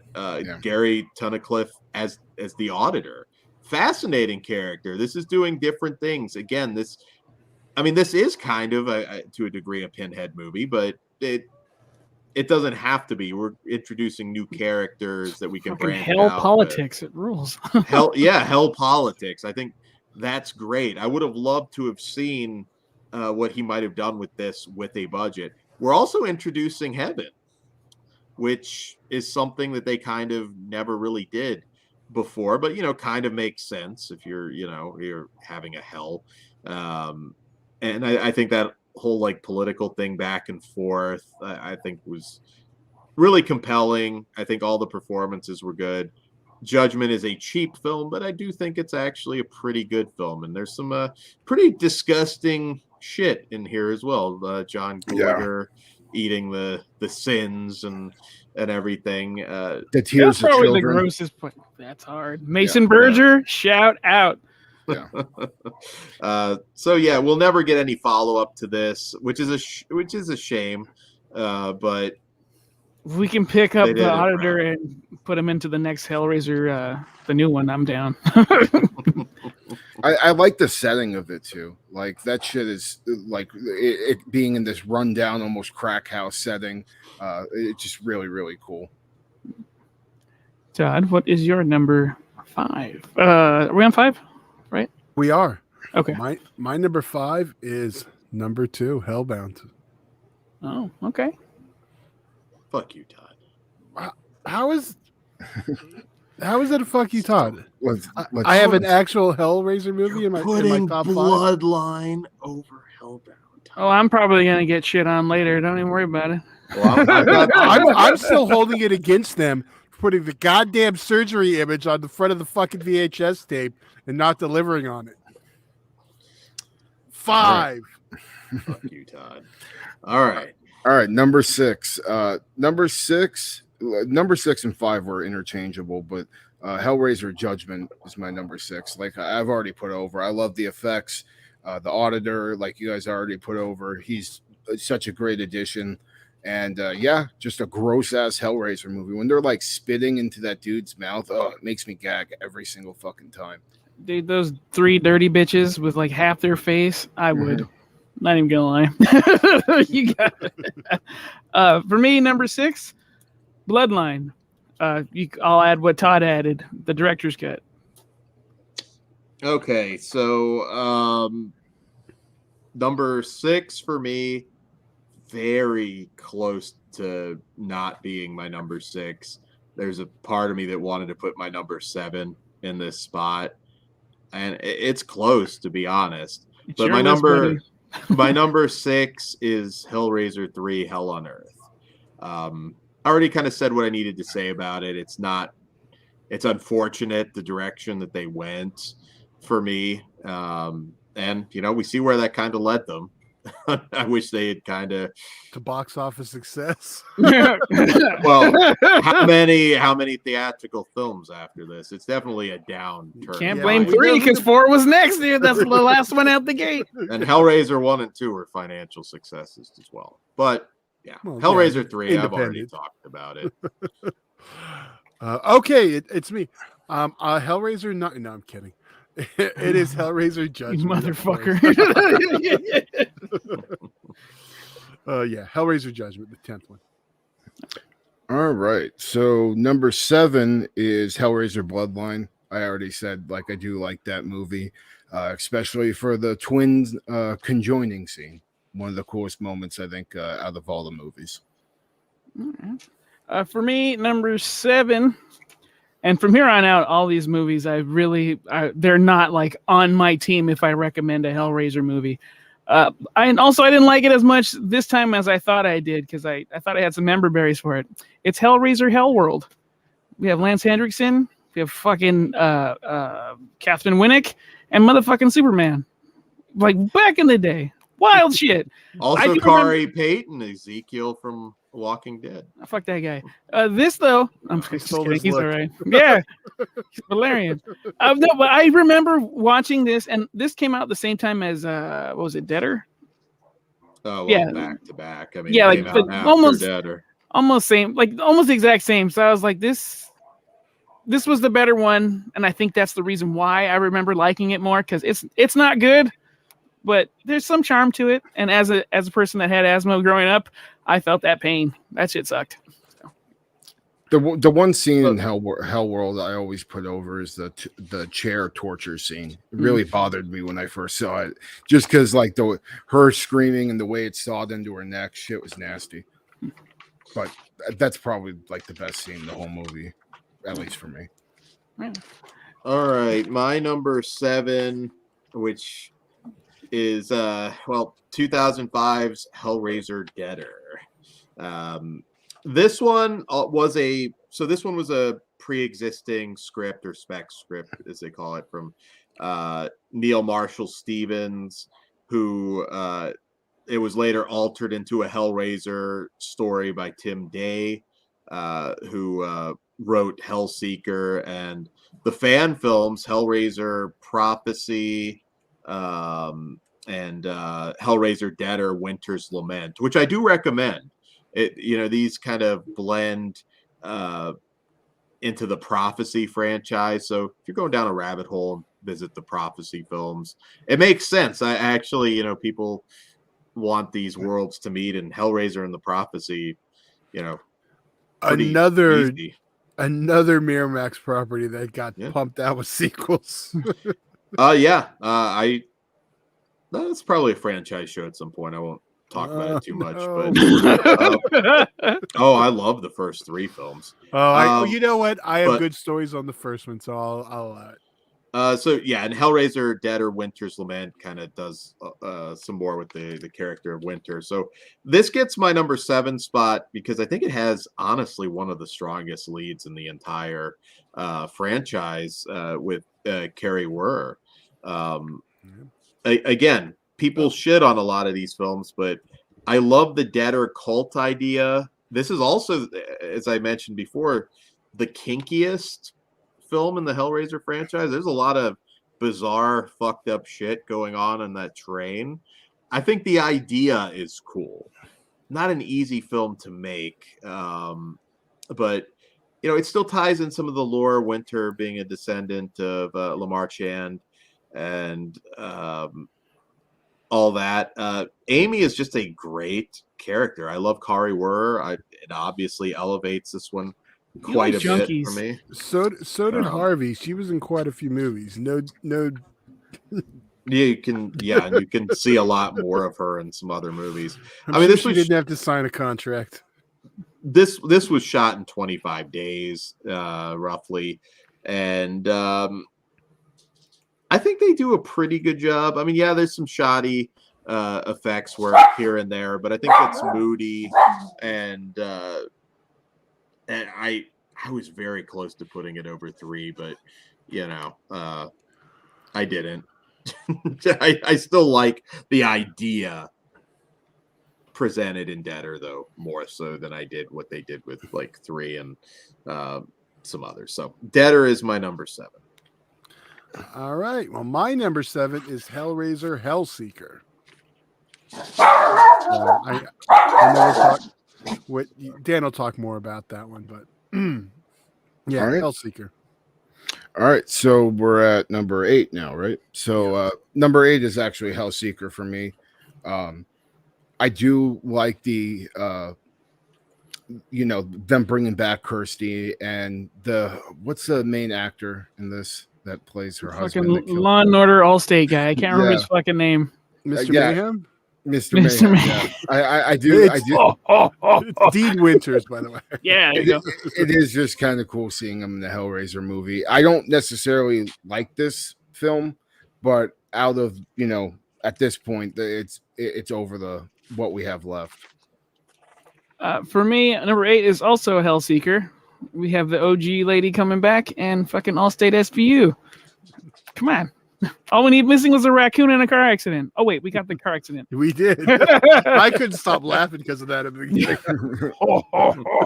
Dude, the first time I saw that commercial with the raccoon on the window, I was puking. I was tasting vomit in my mouth. I was laughing so fucking hard. It's so dumb. Almost like the rest of these movies. Dan, what do you got? I agree. All right, number 8, already talked about it. Hellraiser Bloodline. I'm not a fan of the film. It's a mess, but what might have been. Speaking of a mess and what could have been, my next one is Hellraiser 2022. Okay. So number 9, I would at this point I hate these last few films, but I think Hellraiser Deader is better than the rest of them. I'm not a big fan of the cold angle though. I don't know. Every time I watch this one, it always bothers me. And the kills and stuff in this movie are pretty lackluster too. So not a fan, but better than the rest that we have left. All right. Here's where I'm about to get some heat probably. Hellraiser Inferno is my number 9.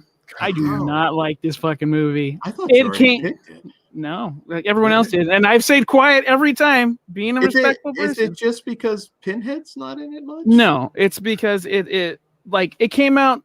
It's a 7 fucking child. It's a child of 7, and it's nowhere near as good to me. And like it kept reminding me of that, and I'd rather watch 7.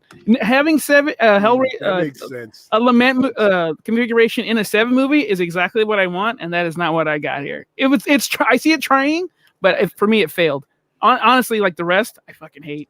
Like, I don't like this movie. Shocked. There's some great imagery in here. Yeah, it's fine, but it's like it doesn't give me what was promised.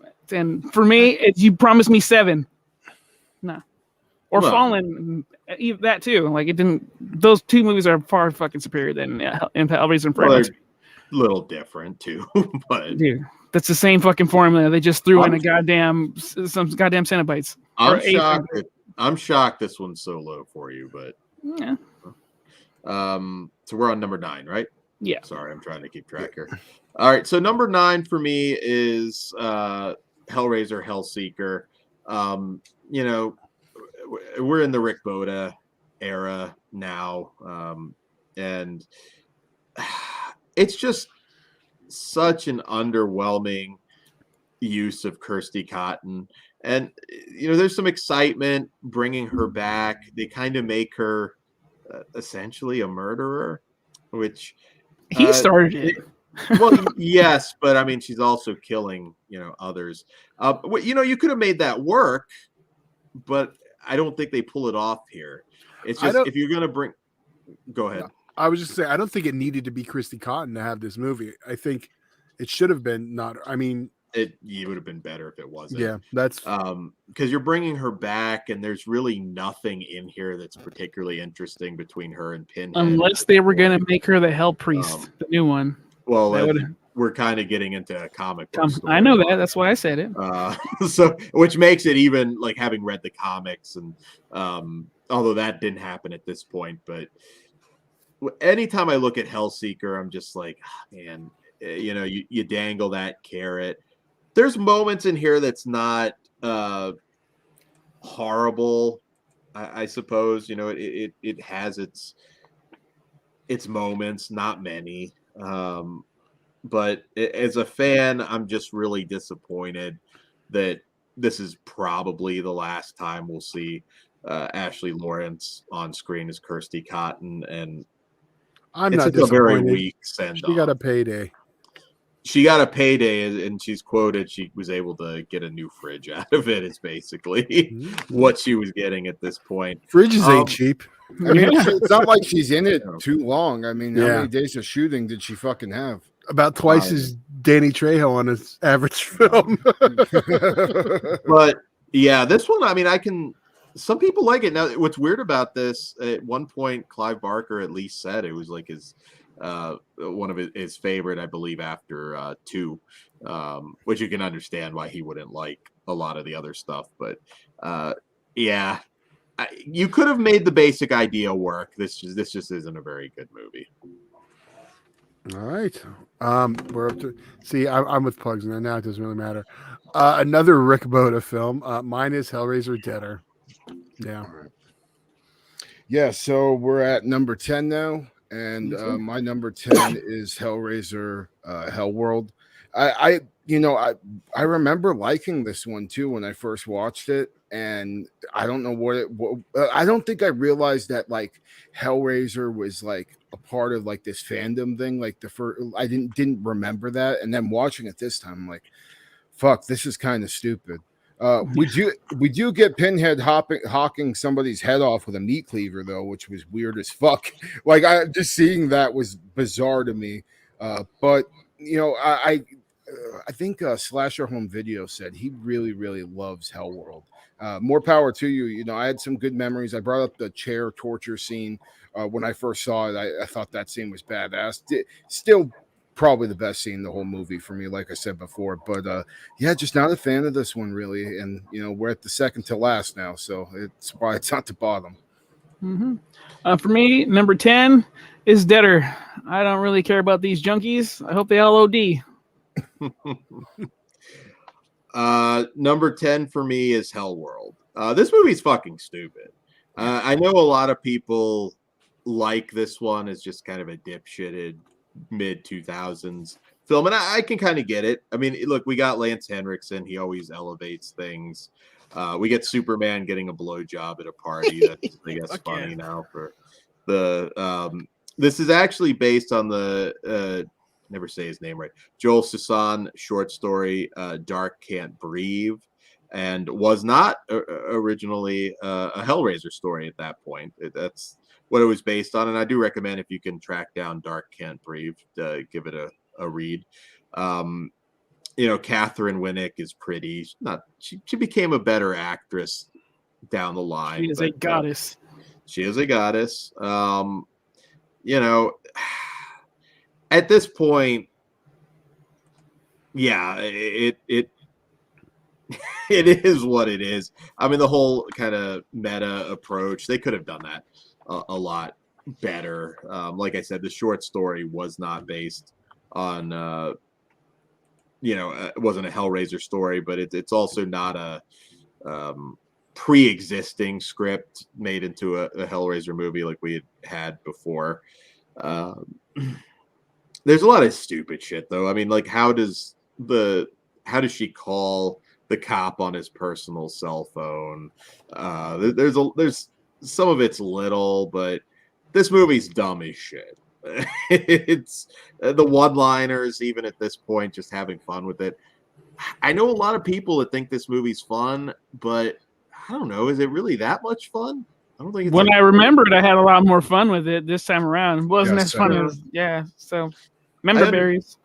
Yeah, I've heard from some people that rank this like up in like their top 3, and I just don't get that. But is this a sweep for Hellworld right now? Because I'm about to do Hellworld 2. I think so. No, I had Deader. Okay. Okay. So, well, yeah, I'm also Hellworld. It's funny because I think in 10 years I'm going to like this a little bit better because it is a time capsule of that era. But I also think right now, Nokia. I think right now that hurts it. Being so dated, and it hasn't got to the point where that era is kind of cool again. It just doesn't work for me. Again, maybe in a decade there'll be some that fun you had, 15 years ago. But as of now, yeah, it's not even a fun turd. It was also on the shelf while I worked at Blockbuster, so that was kind of fun. Up yours, Todd. We'll do another video store memory show now. Well, I think we all have one left. So I'll go first with in last place, a movie that I remember being so offended when I first watched it. It pissed me off so fucking bad, especially with the opening scene being this found footage setup. They should have just went with that, for fuck's sake. It would have been so much better. I hate this fucking movie. I think it's a wretched piece of shit. The only thing I can fucking give it is the effects aren't bad, especially from what I heard with the effects guy. Like, their budget was absolutely fucking nothing, and what they got off for what they had to work with, I think is pretty well done.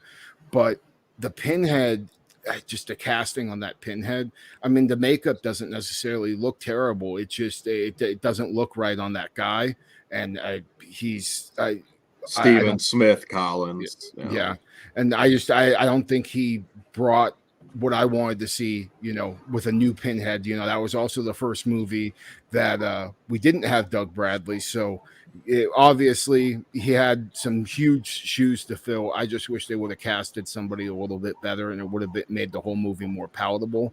But I'll give them this, the one fleshy Pinhead makeup. I do really like that image. Cool idea. And the way that they're making that one guy almost into a new Pinhead. That was really cool. But yeah, I hate this movie so much, man. It's probably my least, out of the big horror franchises, it's got to be my least favorite. Yeah, this one really kind of sucks a lot. I will say 2 positive things about this. It respects blood in the story, because not a lot of these Hellraiser sequels did, but for the resurrection and stuff. So that was cool. And this movie was made in under 9 days on a shoestring budget. Bravo for making a movie like that. However, this sucks. I am sorry I had to watch this. The first time I saw this movie, I'm like, are they fucking for real? I have a question. Did this make you madder than watching Halloween Ends? Oh, yeah. Yeah. Okay. Yeah, but Pinhead's not near and dear to me as Michael, so that's why I'm not as infuriated. But I was like, what are they doing to my guy here? Look what they did to my boy. Yeah, it's fucking terrible. Yeah, it's a stupid story, but yeah, I just fuck this movie. I was mad when I watched it the first time, and this time I wasn't as angry. I guess it's been so long because I've only seen it. This is my second time ever. And I hope I never have to fucking see this movie again. But yeah. I hadn't watched it since the first time I saw it, and I was just like, "Yep, this is fucking why." God damn. And I remember explaining to people, I'm like, you probably shouldn't do it. And every time after, I'm sorry, they regret watching it. I'm like, oh. I remember seeing this piece of shit in every fucking goddamn bargain bin, thing in Walmart all the time too. And every time I just wanted to take it and chuck it across the fucking room. Well, I'm pretty sure everyone here saw it day one, right? We were all excited. There's a new Hellraiser. Yeah. And it's just, you just decided to rape me. That's not fun. I just got my brand new Blu-ray. I can't wait to open it and pop it in. And then now I need an adult and a therapist. Go ahead. Oh, so there's no suspense. Yeah. But I thought we were just shitting on it now at this point. Go ahead. My last pick, Revelations as well. To quote Clive Barker on Revelations, "It is no child of mine. I have nothing to do with the fucking thing. If they claim it's from the mind of Clive Barker, it's a lie. It's not even from my butthole." That is from Clive Barker on Revelations. Who has seen the movie? Well, no, he hasn't seen the movie. No, I know that. I'm saying. I mean, I'll be judgy there, Clive. Temptation got him, but yeah, Stephen Smith Collins is Pinhead. I kind of feel bad for him to a degree, because number one, Pinhead was voiced by Fred Tatasciore, who was the voice of the Incredible Hulk and Megatron and a lot of cartoon stuff. Well, Megatron's over with me. he wasn't even doing the voice. Even this one, I hear some people defend. I don't get it. I mean, they try and recreate some iconic scenes from the original film in its own kind of dipshitted way. And I mean, look, this was just thrown together to keep the rights. It shows 9 days, man. It's the only that's screen writing to rap. 9 days. Yeah.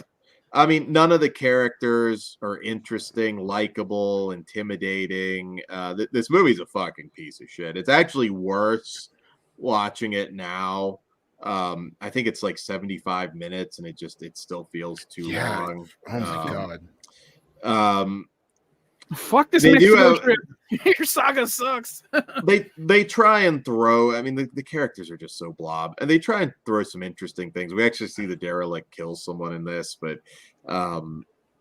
there's just nothing here. This one's just offensively bad.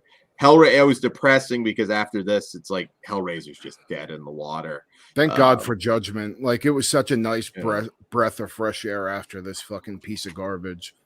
Yeah, it had nowhere to go but up for sure. Yeah, it uses that stupid cell phone signal excuse. It just does everything wrong. It's an awful movie. I don't think it's overstated at this point. Watching it this incest was all right. Nah, nothing. It's just come on. I mean, it's an R-rated movie. I don't understand how anybody could really actually want to watch this more than once. Well, friend of the show, Christian Hanna Horror, has it as 5 stars on his letterbox. So, what a clown! I'm gonna ask Christian because I think that's. I mean, it's got to be a troll, mistake or not Christian. Great rating. Oh no, it's him. But yeah, I'll ask him about Revelations. I don't think so. Well, obviously, I'm also Revelations. This is like, it's weird because a lot of shitty straight to videos. The same time they did the Children of the Corn one, which I really like, and I don't really like those movies in general. But yeah, what the fuck, Harvey? Jesus Christ. Must have been a rough month of payouts because there's no budget for this. Yeah, no shit. I feel so bad for the guys that like worked on the effects though, because like I think that I can't put that over enough. That's the only reason it's not like a 0 out of 5 for me, is because what they did on the budget and with the time constraint they had is pretty amazing. It's just unfortunate that it wasn't for a better movie. But I mean, given the circumstances, what the fuck are you gonna do? It's also weird that they couldn't just reach out to someone who has a Hellraiser script almost ready to go. Like you don't have any fucking fans, any filmmakers. Like it shouldn't be that fucking hard. They'd all be expensive for scripts. I think they needed something cheap and quick. The average person, you have like in-house fucking interns that are willing to fucking just. No, they're busy. Oh, you got all right. Yeah, it's just bad. I couldn't even give it a 1. It's as bad as the worst Children of the Corn. It's literally the worst thing ever to come out of Miramax. I'd have to look, but I wouldn't necessarily argue with that. I mean, look, yeah, I'm pretty. Might be. Well, I think Revelations just got like violated by all 4 of us and the shit kicked out. See, unity. Yeah, one big hole that fucking bitch. Yeah, at least we could all agree that fuck this movie. All right. Well, so there you go. We were kind of all over the place, but kind of connect at the end. So those are our rankings, guys. We're gonna move on to favorite character. Go for it. All right. Well, this one was kind of hard for me, but I have to go with Dr. Chenard. Just what he ends up, becoming later on in the movie. But yeah, he's still super sinister in his own ways, and how that ties into how powerful he becomes when he transforms into the new lead Cenobite. Basically, I love everything about his character, and I was over the moon that they're kind of giving Vought in 2022 the same spirit as him. So yeah, Dr. Chenard's my favorite. You can count me in with that because I think Dr. Chenard's fucking awesome. It was either between him or Frank, because like Pinhead is awesome, but like these bad dudes in this bad movie, if you stand out as a villain amongst fucking Lord of the Gash, like come on, and these two do it, but Chenard just takes it to a whole different level. He's a bad motherfucker. Love him. Dan? Yeah, I mean that's what I have down. Dr. Chenard. I think after 2, it's really a shame that he didn't just become the face of the franchise at that point. Scary as hell, interesting backstory, amazing design too. When he's like that, I'll never forget when NECA came out with that big set of him with the the headpiece where he's floating in the air with the Leviathan. Yeah, I'm sure you have it. I used to have it too. I love that fucking just the design and everything. Yeah, the character's just amazing. Kenneth Cranham is fantastic. What might have been, I would have rather it kind of stick to that original tone, and we just continued with Dr. Chenard. But there we go, my favorite character. At one point, talking about Dr. Chenard, at one point I had his victory screech as my ring, like my text tone. So every time I get a text, you'd hear, it was fucking awesome. I miss doing your own text tones. Probably less awesome after a while, though. Well, I laugh my ass off every time. So I'm the only one who picked someone different. It's Frank. No, it's Julia. She was a bad bitch. Yeah, I kind of wish we got down. I kind of wish we got to see what would have happened if she would have stuck with the franchise. Yeah, that's my pick, Julia. She's a bad motherfucker too. Yeah. All right. Next is favorite kill. All right. Well, I mean, it's kind of cliche to go with the Jesus wept, so I have to go with Dr. Chenard's death and Hellbound. Just the way he gets the top of his head ripped off by the the Leviathan beast or whatever that diseased penis. Yeah, whatever the fuck that thing was that was probing his mouth earlier. I love the shot of him, the top of his head being ripped off. It's just such an awesome way to end that, such a great monster. So that's my favorite kill. But Jesus wept, that's definitely the most iconic. And I was fighting with myself between those two. Well, I lost that fight because Jesus wept is my favorite, dude. It's an improv line, and then he just gets torn the fuck apart, just like early in the movie. Pinhead said we would tear your soul apart. Yeah. So, fucking hook, line, sinker. Jesus wept for me. All right, my favorite kill is Julia's mattress resurrection. The lead up with, of course, Browning cutting himself with the razor. And Julia just emerging from that mattress and the bloody horror show that followed. There's a lot of iconic scenes in the Hellraiser franchise, but that for me, the crawl afterwards and everything, scary as shit and awesome. Well, awesome. I didn't really to me that never came to mind as a kill, so I wouldn't have even thought of that. No, I'm not. I'm just saying. I went with Pugs. It's hard not to. It's like when I was almost like, well, if I took this out, what would I pick? And then it kind of falls in my favorite line area, but it's not. So it was one of those. It's hard not to. Yeah, I no doubt one of the best kills in any horror movie ever, and gory as all fuck. So. I'm glad that we continued to see people get ripped apart like that too. It kind of paved the way for some of the later sequels with the high points. So now favorite line? Favorite line. All right. Well, it's not so much like a line, but Kirsty, she's asking Pinhead, who are you? And he goes, explorers in the further regions of experience, demons to some, angels to others. That's my favorite line. Out of the whole franchise.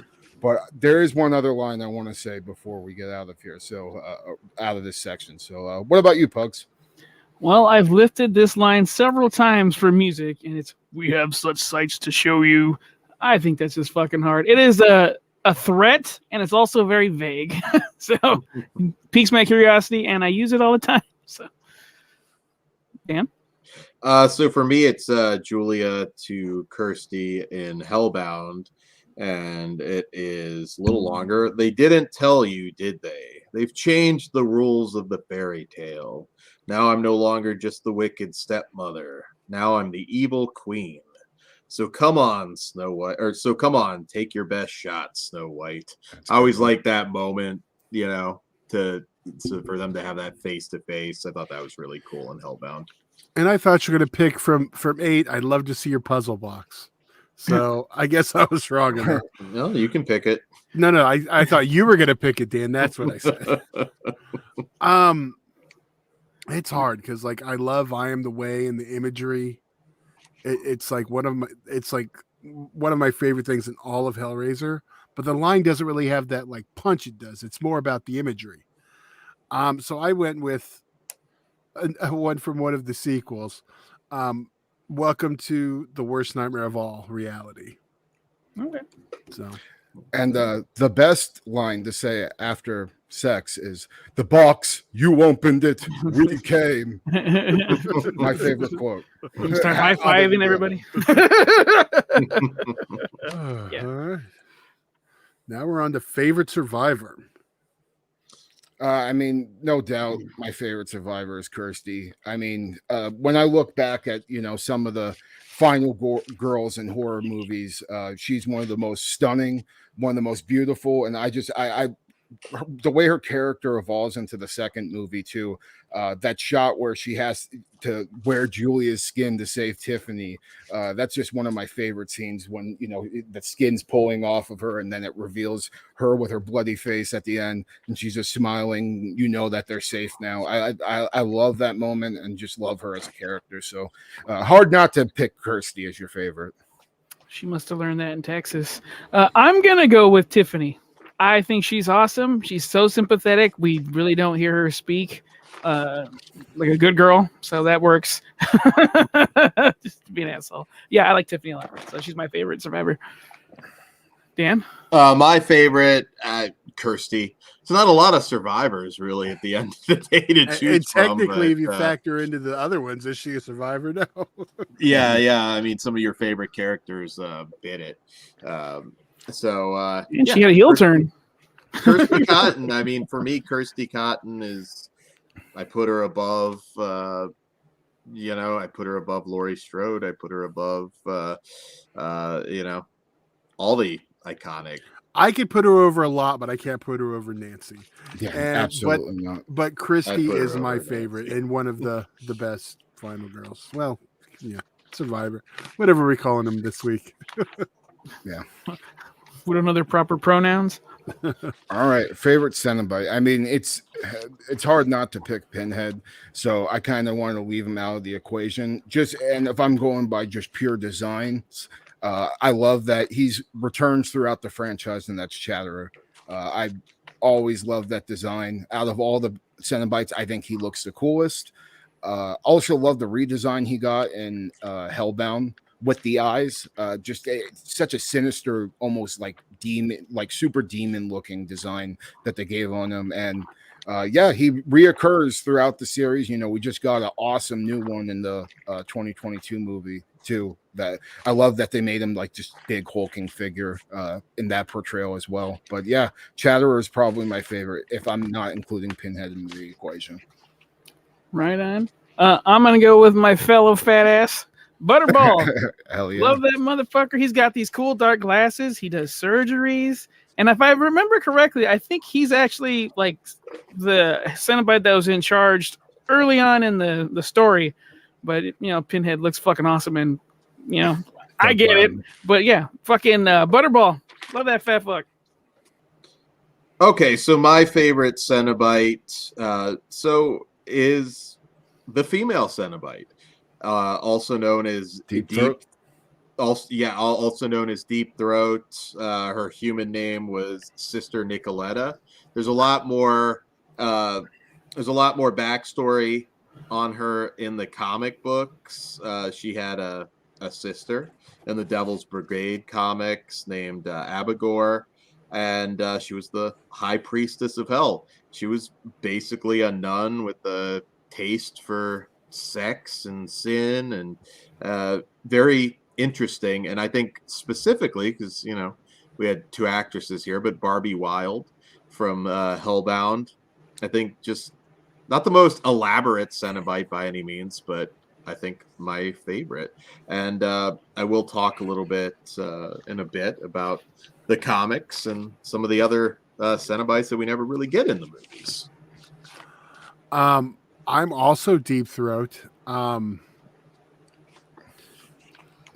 Well, I love CD from 3. He's like a novelty. I enjoy him for his stupidity, unlike Deep Throat, who's just awesome. So I wonder how it would feel. All you need I'd like to find out. All right, Dan. All right, we're going to talk about some. You brought it up. Let's talk about some alternate media. Absolutely. So, the comic books are fantastic. I mean, you have the early stories, but then you have the Boom Studios era where we have Kirsty Cotton becoming the Hell Priest and taking over for Pinhead. There's such epic stuff in the comic books that, again, at some point, maybe I'll even do a separate episode on it, but we've never done comic reviews, so it might be fun, but there's a lot to dive into, but you need to read that arc. I think it's just amazing and a much better use of the Kirsty character than we got in Hellseeker for sure. She's dressed in white, not black. Yes, and I mean, who knows? Maybe they find a way to introduce a new Kirsty into the new Hellraiser. I could see them potentially doing that. I mean, you could also tie it in with her possibly being our new Hell Priest. Yeah, potentially. It depends what they go off of. I mean, I would have loved to have seen them take the direction that those comic books did. Not cheap, unfortunately.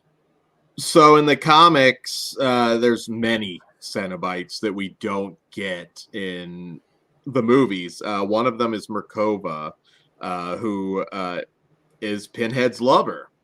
And there's a pretty iconic bit in the comic books where she actually dies in Pinhead's arms.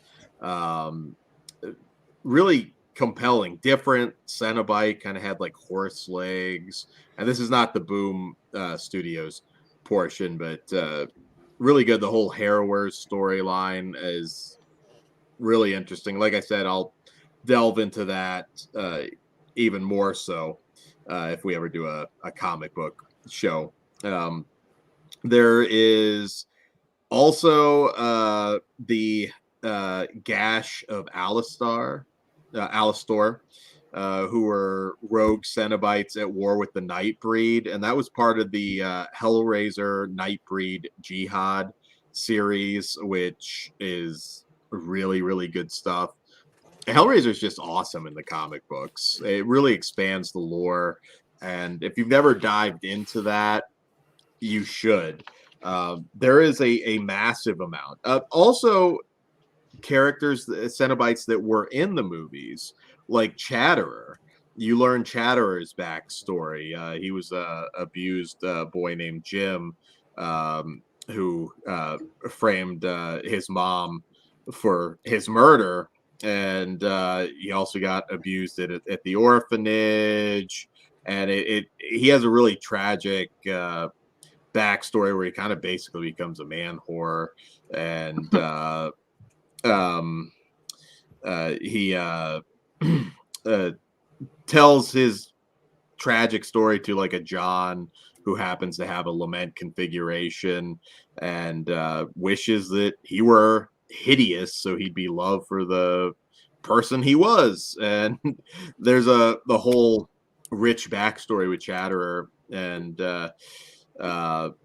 after, not to reveal the whole story, but after kind of failing things, that led to them granting his wish, and he became hideous. So you learn a lot more about Chatterer in the comic books, and Butterball as well.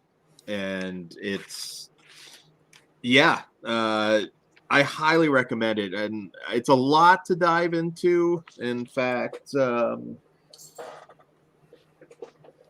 of this is hard to find now, but you can kind of the Boom stuff, which is like the most recent of the comic books. There is an omnibus out. It's not everything. You'll also have to, unfortunately, I don't know why they never released the second omnibus edition, but you'll also have to grab these. Hopefully I'm showing these in order, but the Dark Watch,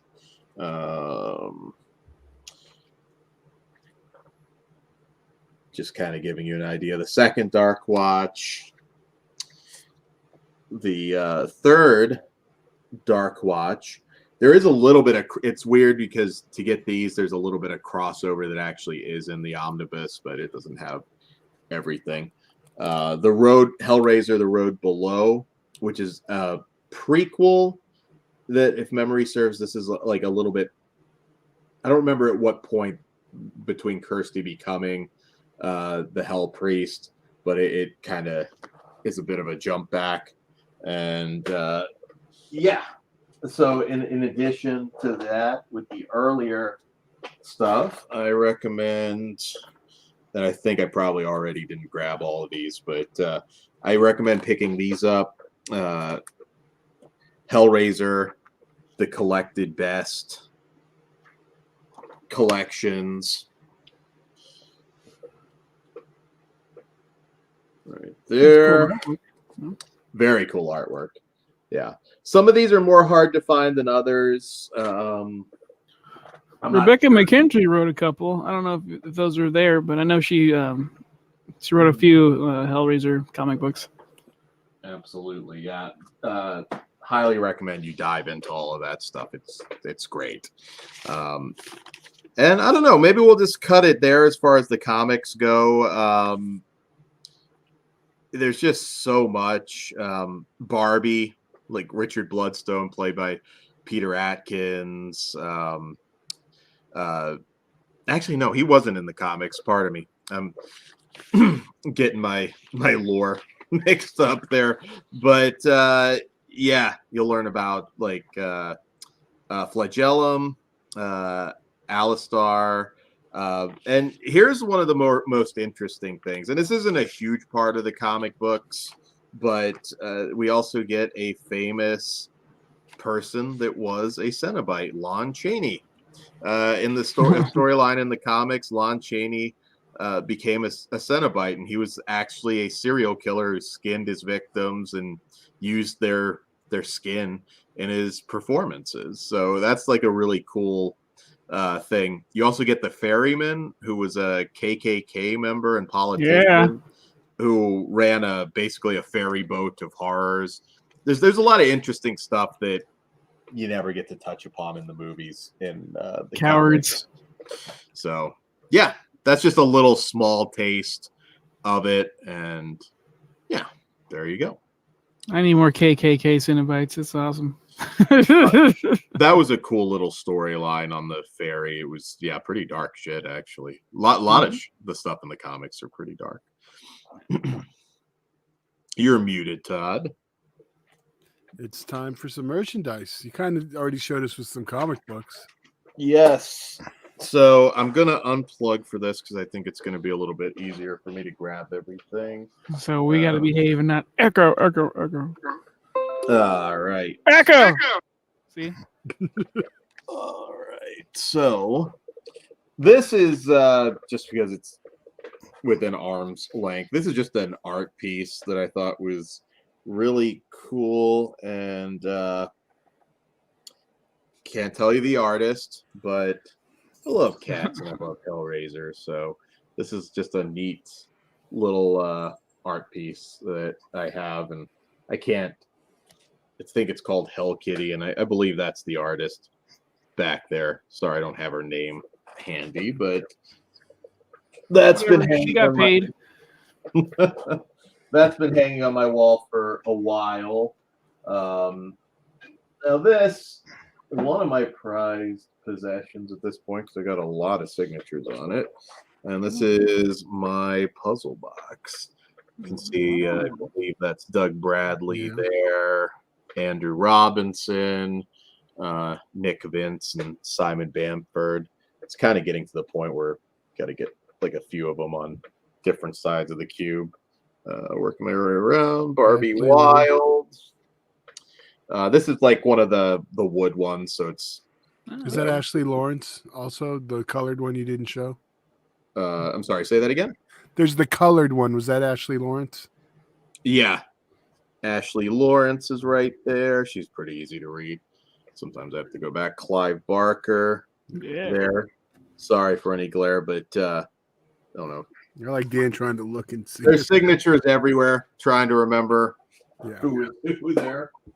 But that is my puzzle box. And sorry, trying to put these away in between. So this is kind of Hellraiser adjacent. And I'm going out of order here, but this is Tortured Souls. This was a limited edition. I'll try and get this to focus the best I can. But certainly very Hellraiser-esque in its design. This is a really gruesome looking figure. And I have quite a few Tortured Souls. Very new Cenobite. Yeah. They definitely took some inspiration. And I think that's probably why you guys love the look so much, because I knew you were both big fans of that line. Yep. I got all the 12 inches. So yeah. There's a lot. 18-inch or whatever it was. I got the big ones. On there. It's like a sort of fetus thing going there. And very disgusting. Very Hellraiser. I'm not going to show off the boobies, but I think you can kind of see the Scarlet box there to a degree. And I'm not going to show up all the Clive Barker book collection. I've got them all. Well, we want to see the figures. Come on, Dan. Quit teasing us.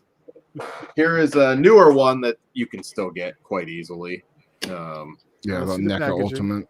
Yeah, the Ultimate Pinhead. So if you're looking for a Pinhead that's, affordable, you can go Stop moving it so much. Target right now. Very, very cool. Those are running like what, like $40? Safe? They're like 30. Yeah, 30. Yeah, $40 just to be safe. Yeah, it's not a bad price. Maybe 35. This one. Is that Hellraiser 3? Yeah, this one's Hellraiser. There's actually a lot of Hellraiser 3 stuff that's cheaper to license. Doing my best here with the glare, but see this box is from 3. Yeah. Really, there used to be more 4 because that was the easiest ones to license. I like the box, man. There's stuff from Inferno too. If you go to like FYE, there's like Inferno shirts and stuff. That's cool. You don't like 3, you should give that to me. Hey, I almost got, and I've told it before, like the 6-foot animatronic was the Pinhead one was supposed to be the first one. And I love that. I don't have it, and I wish I did. And then when I went back to get it, it was sold out, so I got the Michael Myers one. I actually wanted the Pinhead one more than the Michael Myers animatronic, but it was so much more cooler and it had all the lines. I wish I had that animatronic. That's been on a wish list for a long time, but I'm not going to pay that much now for a old. This is a Comic-Con exclusive. I did actually get Doug to sign this one. Probably fairly rare now. Is it all bronze or it's silver? What is kind of chrome. A silver chrome? Okay. Dan, that fucking corner coming off is killing me, dude. Yeah, so there's a couple of these with some light wear, but that happens. They all look really. It's not like he's gonna sell them. You're too nonchalant about this. This is also, triggered. I'm sorry. What? I'm being triggered. Sometimes you just gotta put it out of your mind. This is Living Dead Dolls Pinhead signed by Doug Bradley as well. That's good there. Yep. I'm at a point where I think I'd probably have his signature on more stuff than just about anybody at this point. Have him sign your pubic bone. Couldn't you get everyone to sign that Pinhead, Denton? Do you have autographs of any of the other Pinheads? Oh, I'm getting there.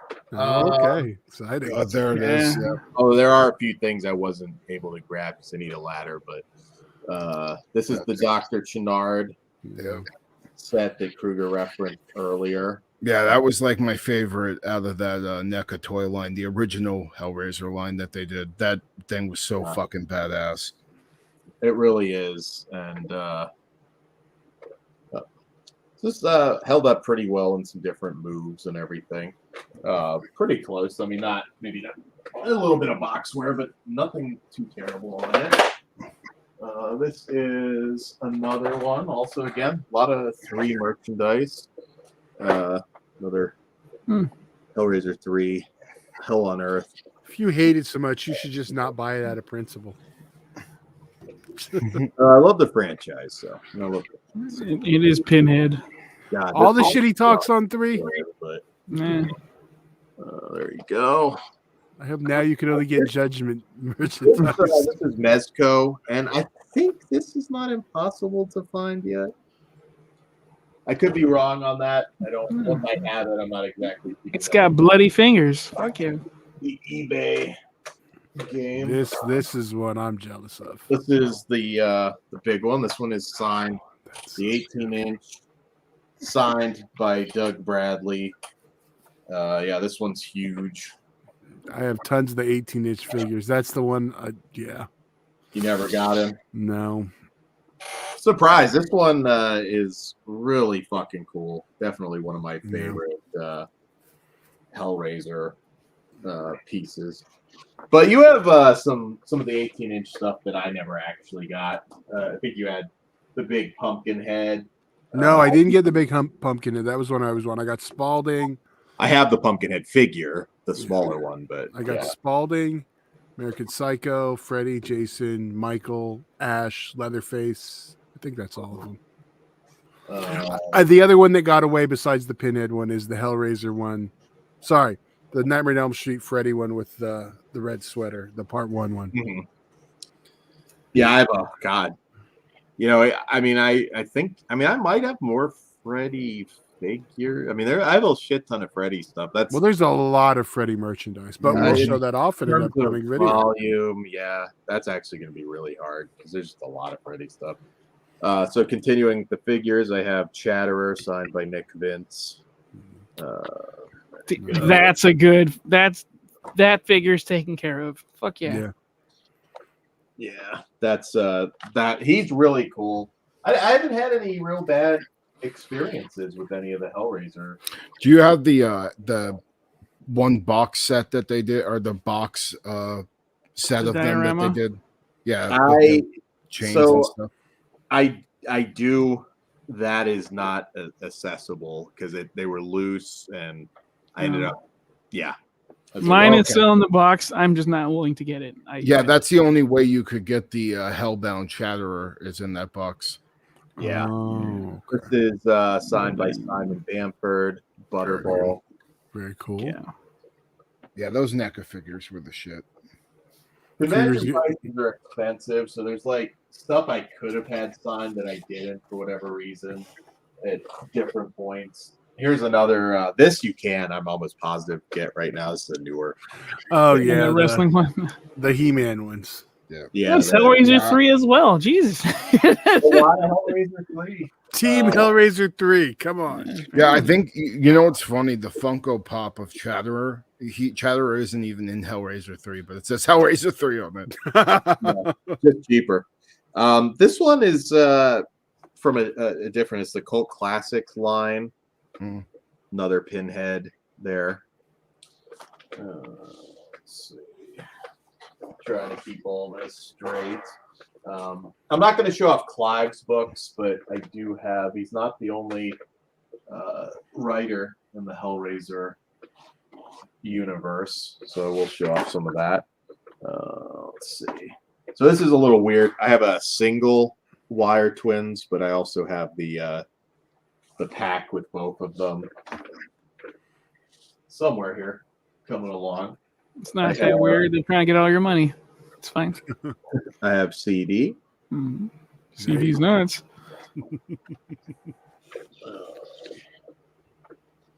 Got to get Pete Atkins to sign this. I've got Barbie there. Nice. This one I know is one of the more rare ones. In fact, I had to pay a bit for this. Cheddar Beast. Oh yeah. Yeah, that one's a little more expensive. Some of these you can get, like you're not going to get them like cheap anymore, but yeah, some aren't ridiculous. That one I'm sure is well north of $100 if you're keeping score to collect. But all right, got Surgeon here, kind of getting later into the franchise.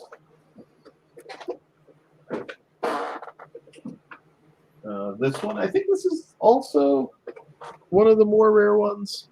Skinless Julia, which is really cool. I keep a lot of these like hung on my wall, which is kind of nice. Keep trying at some point to keep every bit of Hellraiser merch like all together. I think I showed Barbie, didn't I? Yes. I did. Okay. Running out of places to put this stuff at this point. Showed Butterball, showed Chatterer. Still got a few more here from that line of toys. As I had said, the Wire twins. Oh, and Torso. Nice. Yeah, and Torso, yeah. I should say, with Torso. Definitely very memorable characters in Inferno. Probably the hottest. Well, no, I can't say that, but as a duo, I guess the hottest Cenobite duo. They're the only Cenobite duo, though. The hottest Cenobite, Angelique. Team Pinhead. I still need Frank. Frank's a rare one that I need to track down at some point. Also, again, Tortured Souls, very Hellraiser esque there. It's very cool. Pulled apart there.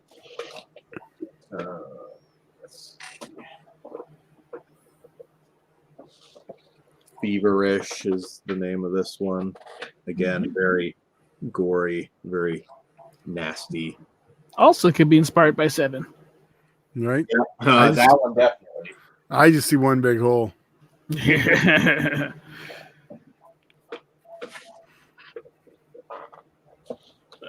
got Zane there. And Saltax. So I don't have all of these or anything, but those are ones.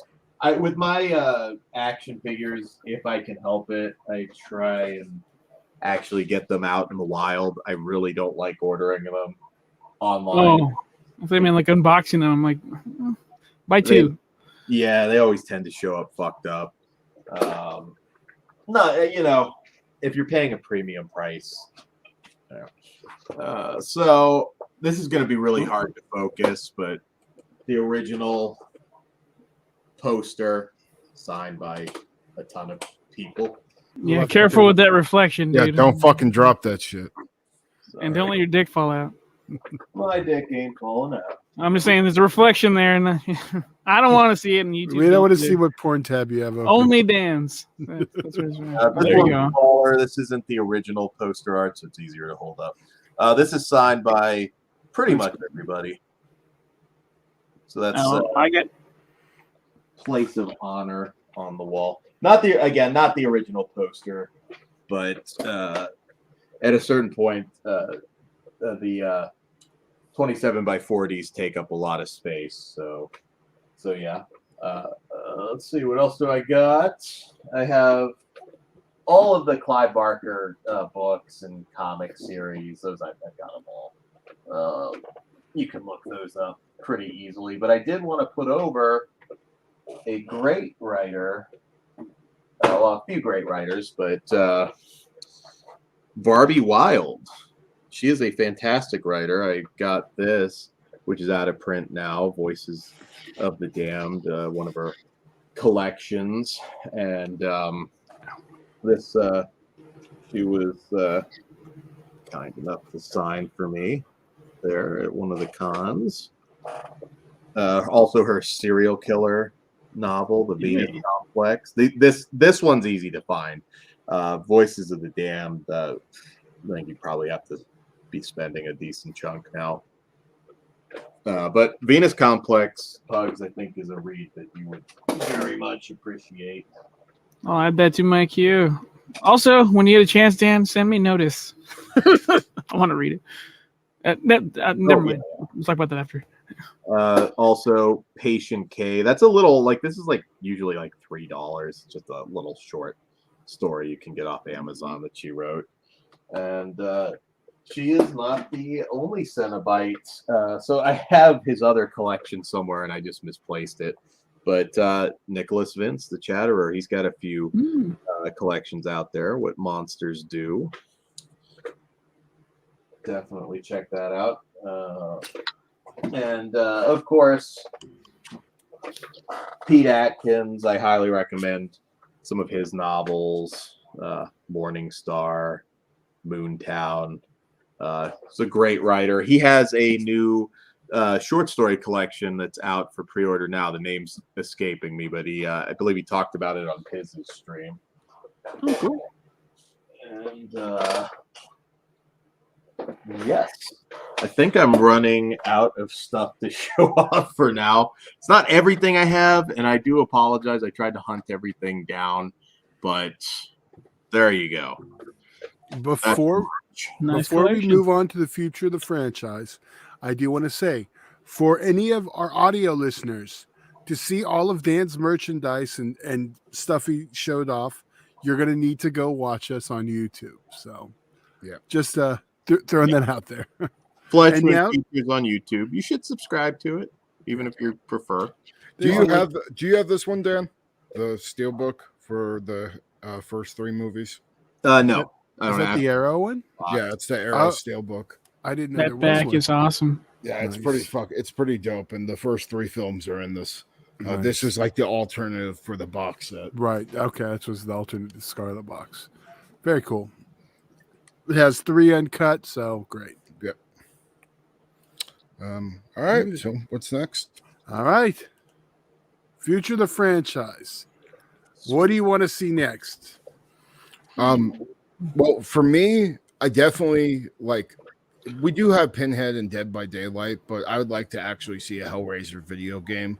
I think it would be very, very cool, especially just implementing like puzzles and solving the box, maybe why cenobites are chasing after you or going after you or you're fighting through hell. There's a lot of stuff they could do that could be really cool with that. But as far as movies, I just want a sequel to the Hulu movie and see where they're going to go. And I hope that, maybe we can get 3 of them, having 3 good additions to the Hellraiser franchise, I think would be awesome. So I hope they continue with the story that they have. I think they have a solid Pinhead and, just run with it with what they have with the Vought storyline and the cliffhanger we were left on. So. Pugs? You're muted, Dan. Pugs, go ahead. Okay. For me, I'm excited about the show coming out, so that's where I'm going to be looking to, and I hope I like it more than something else that I'm waiting for David Gordon Green to come and save the franchise. Look, I'm a big Eastbound and Down fan, so if they lean into comedy, fuck it, I don't care. I'm mad at this point that we didn't have fucking Katie Powers in the Halloween trilogy. I mean, we had him in a black version in the first movie. Danny, that's him. I wanted full on Katie Powers as the Dr. Loomis. I wish we got that now. Was that pure evil? Matter of fact, motherfucker, it was. That's actually fucking awesome. All right, so I had to do it. Actually, before we did this, I had it written down like, I do want another movie. And I gave the recipe for it. But I think I'm going to write a fucking comic book about it. So I'm going to save that. And, maybe we'll release it here. But no, more movies, more shows, more fucking Hellraiser. Like, I don't really care what medium. Just give me more and make it good. I think we have the perfect jumping off point now, or continuation point for the 2022 film. I certainly see no reason that you have to just go back and reboot something, or, even if you weren't completely satisfied, there's certainly quality there. It's a lot fucking better than sequels and reboots this deep into the franchise.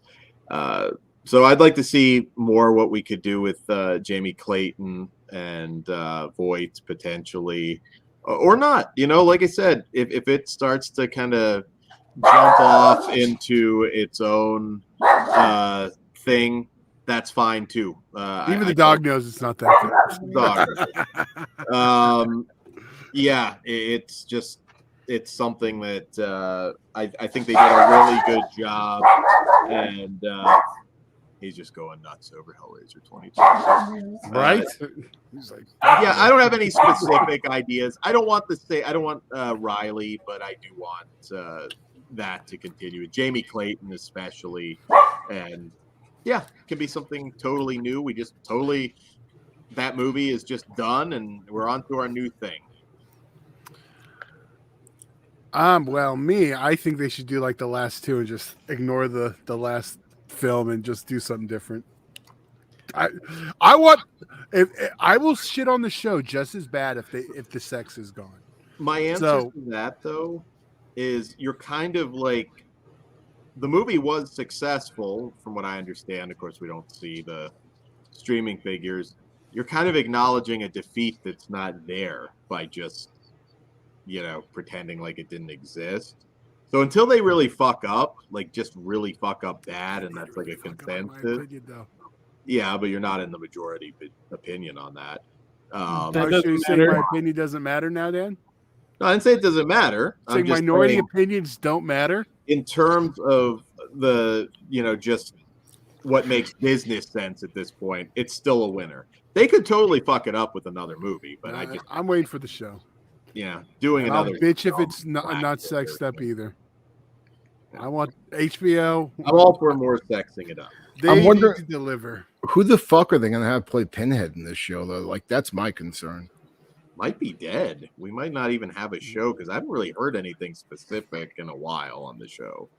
So I don't know. We'll see. Last I heard, it's still coming, but I don't have specifics. So I'm happy with that being dead. That guy's a fucking idiot. Sorry, but I'm still feeling the burn for the last 3 movies. Well, but yeah, I mean, Hellraiser as a show works too. Yeah, they can do it as an anthology series if they need to. Yeah. Just different people discovering the puzzle box. That'd be cool. How do we not get like a Freddy's Nightmare style Hellraiser show? Somebody gets the box every week. That would have been awesome. I'm just saying. Maybe that's what HBO's doing. Fucking have the puzzle box open up and Beefy Boy. God damn it. Yes, Beefy Boy. I almost think, like, as a show, I suppose you could just do a direct follow-up from the first 2 movies and kind of do the Boom Comics thing.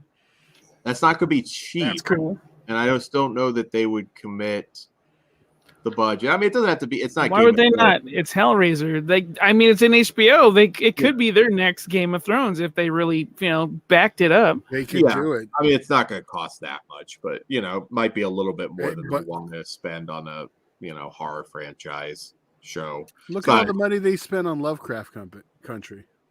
That's true. You never know. And I'd be down for it. And I think a property with a name has more legs than as good as Lovecraft Country was. People fucking love a franchise, so yeah. One thing I'll compliment that show on that has nothing really to do with the one season that we got, and I don't remember the exact quote, but isn't it cool to just say like, yeah, I don't think we had anything that was going to top 1, so we're not going to do season 2. That's refreshing to me. They just knew they didn't have anything or anything that was worthwhile, so why beat it to death? I wish we could do that more often. So. I do not. Yeah, I wanted more, but but I don't want shit. Like, I mean, like, well, no, who's to say it was going to be automatically shit? Well, the creators just thought that it wasn't going to live up to 1, so I don't know. Things don't. Sometimes it's better to go out on top. I get what you're saying. I would have liked like a spin-off though. I wanted to be in that world more. You could still get it, I suppose. I mean, At this point, what would be the point though? New story, same universe. I mean, there's it's Lovecraft, there's a lot of shit you could. Well, hopefully we still get the Hellraiser show. Yeah, honestly, with the HBO shakeup, you're probably right. It is up in the air, but I haven't heard an outright it's dead, and I haven't heard an outright it's still, so it's probably somewhere in the middle right now. everything's in flux right now with HBO. So I know there's probably like 100 things that I didn't get to, but as we get closer to 3 hours, that's just how it is. Hopefully you've enjoyed this. It's definitely, again, my favorite franchise as far as, you know, some of these iconic characters go. Hellraiser, it's hard to pick a true like favorite horror film, but it's kind of my go-to answer just because it meant so much to me and still does. And please weigh in with all your picks. I know they're going to be all over the place. I know there's going to be a lot of you that like 3 the most and kind of prefer the you know the kind of the MTV mainstream rock and roll Pinhead, and that's all good. There might be some so as long as you don't pick Hellraiser. Revelations at number 1, I might not pick whatever you want. It's your opinion. So. Dan's trying to backpedal on 3 now.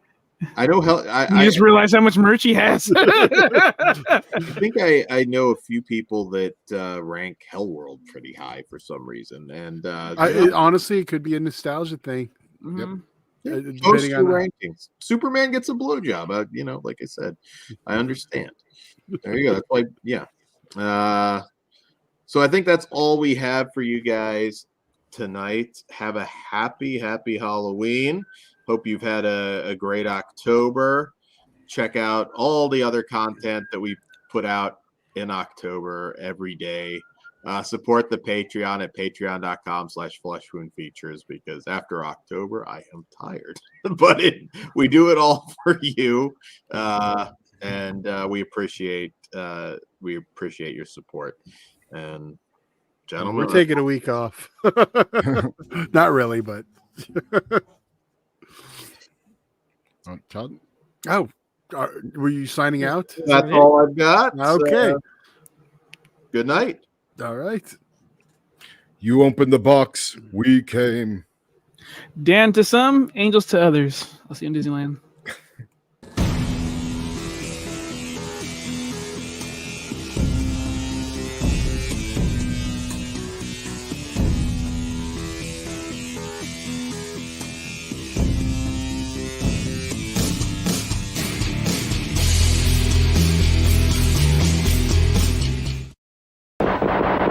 There, Percy. Wasn't that fun? Now for the watch and wear offer. Oh dear, you need a tissue. Here we go.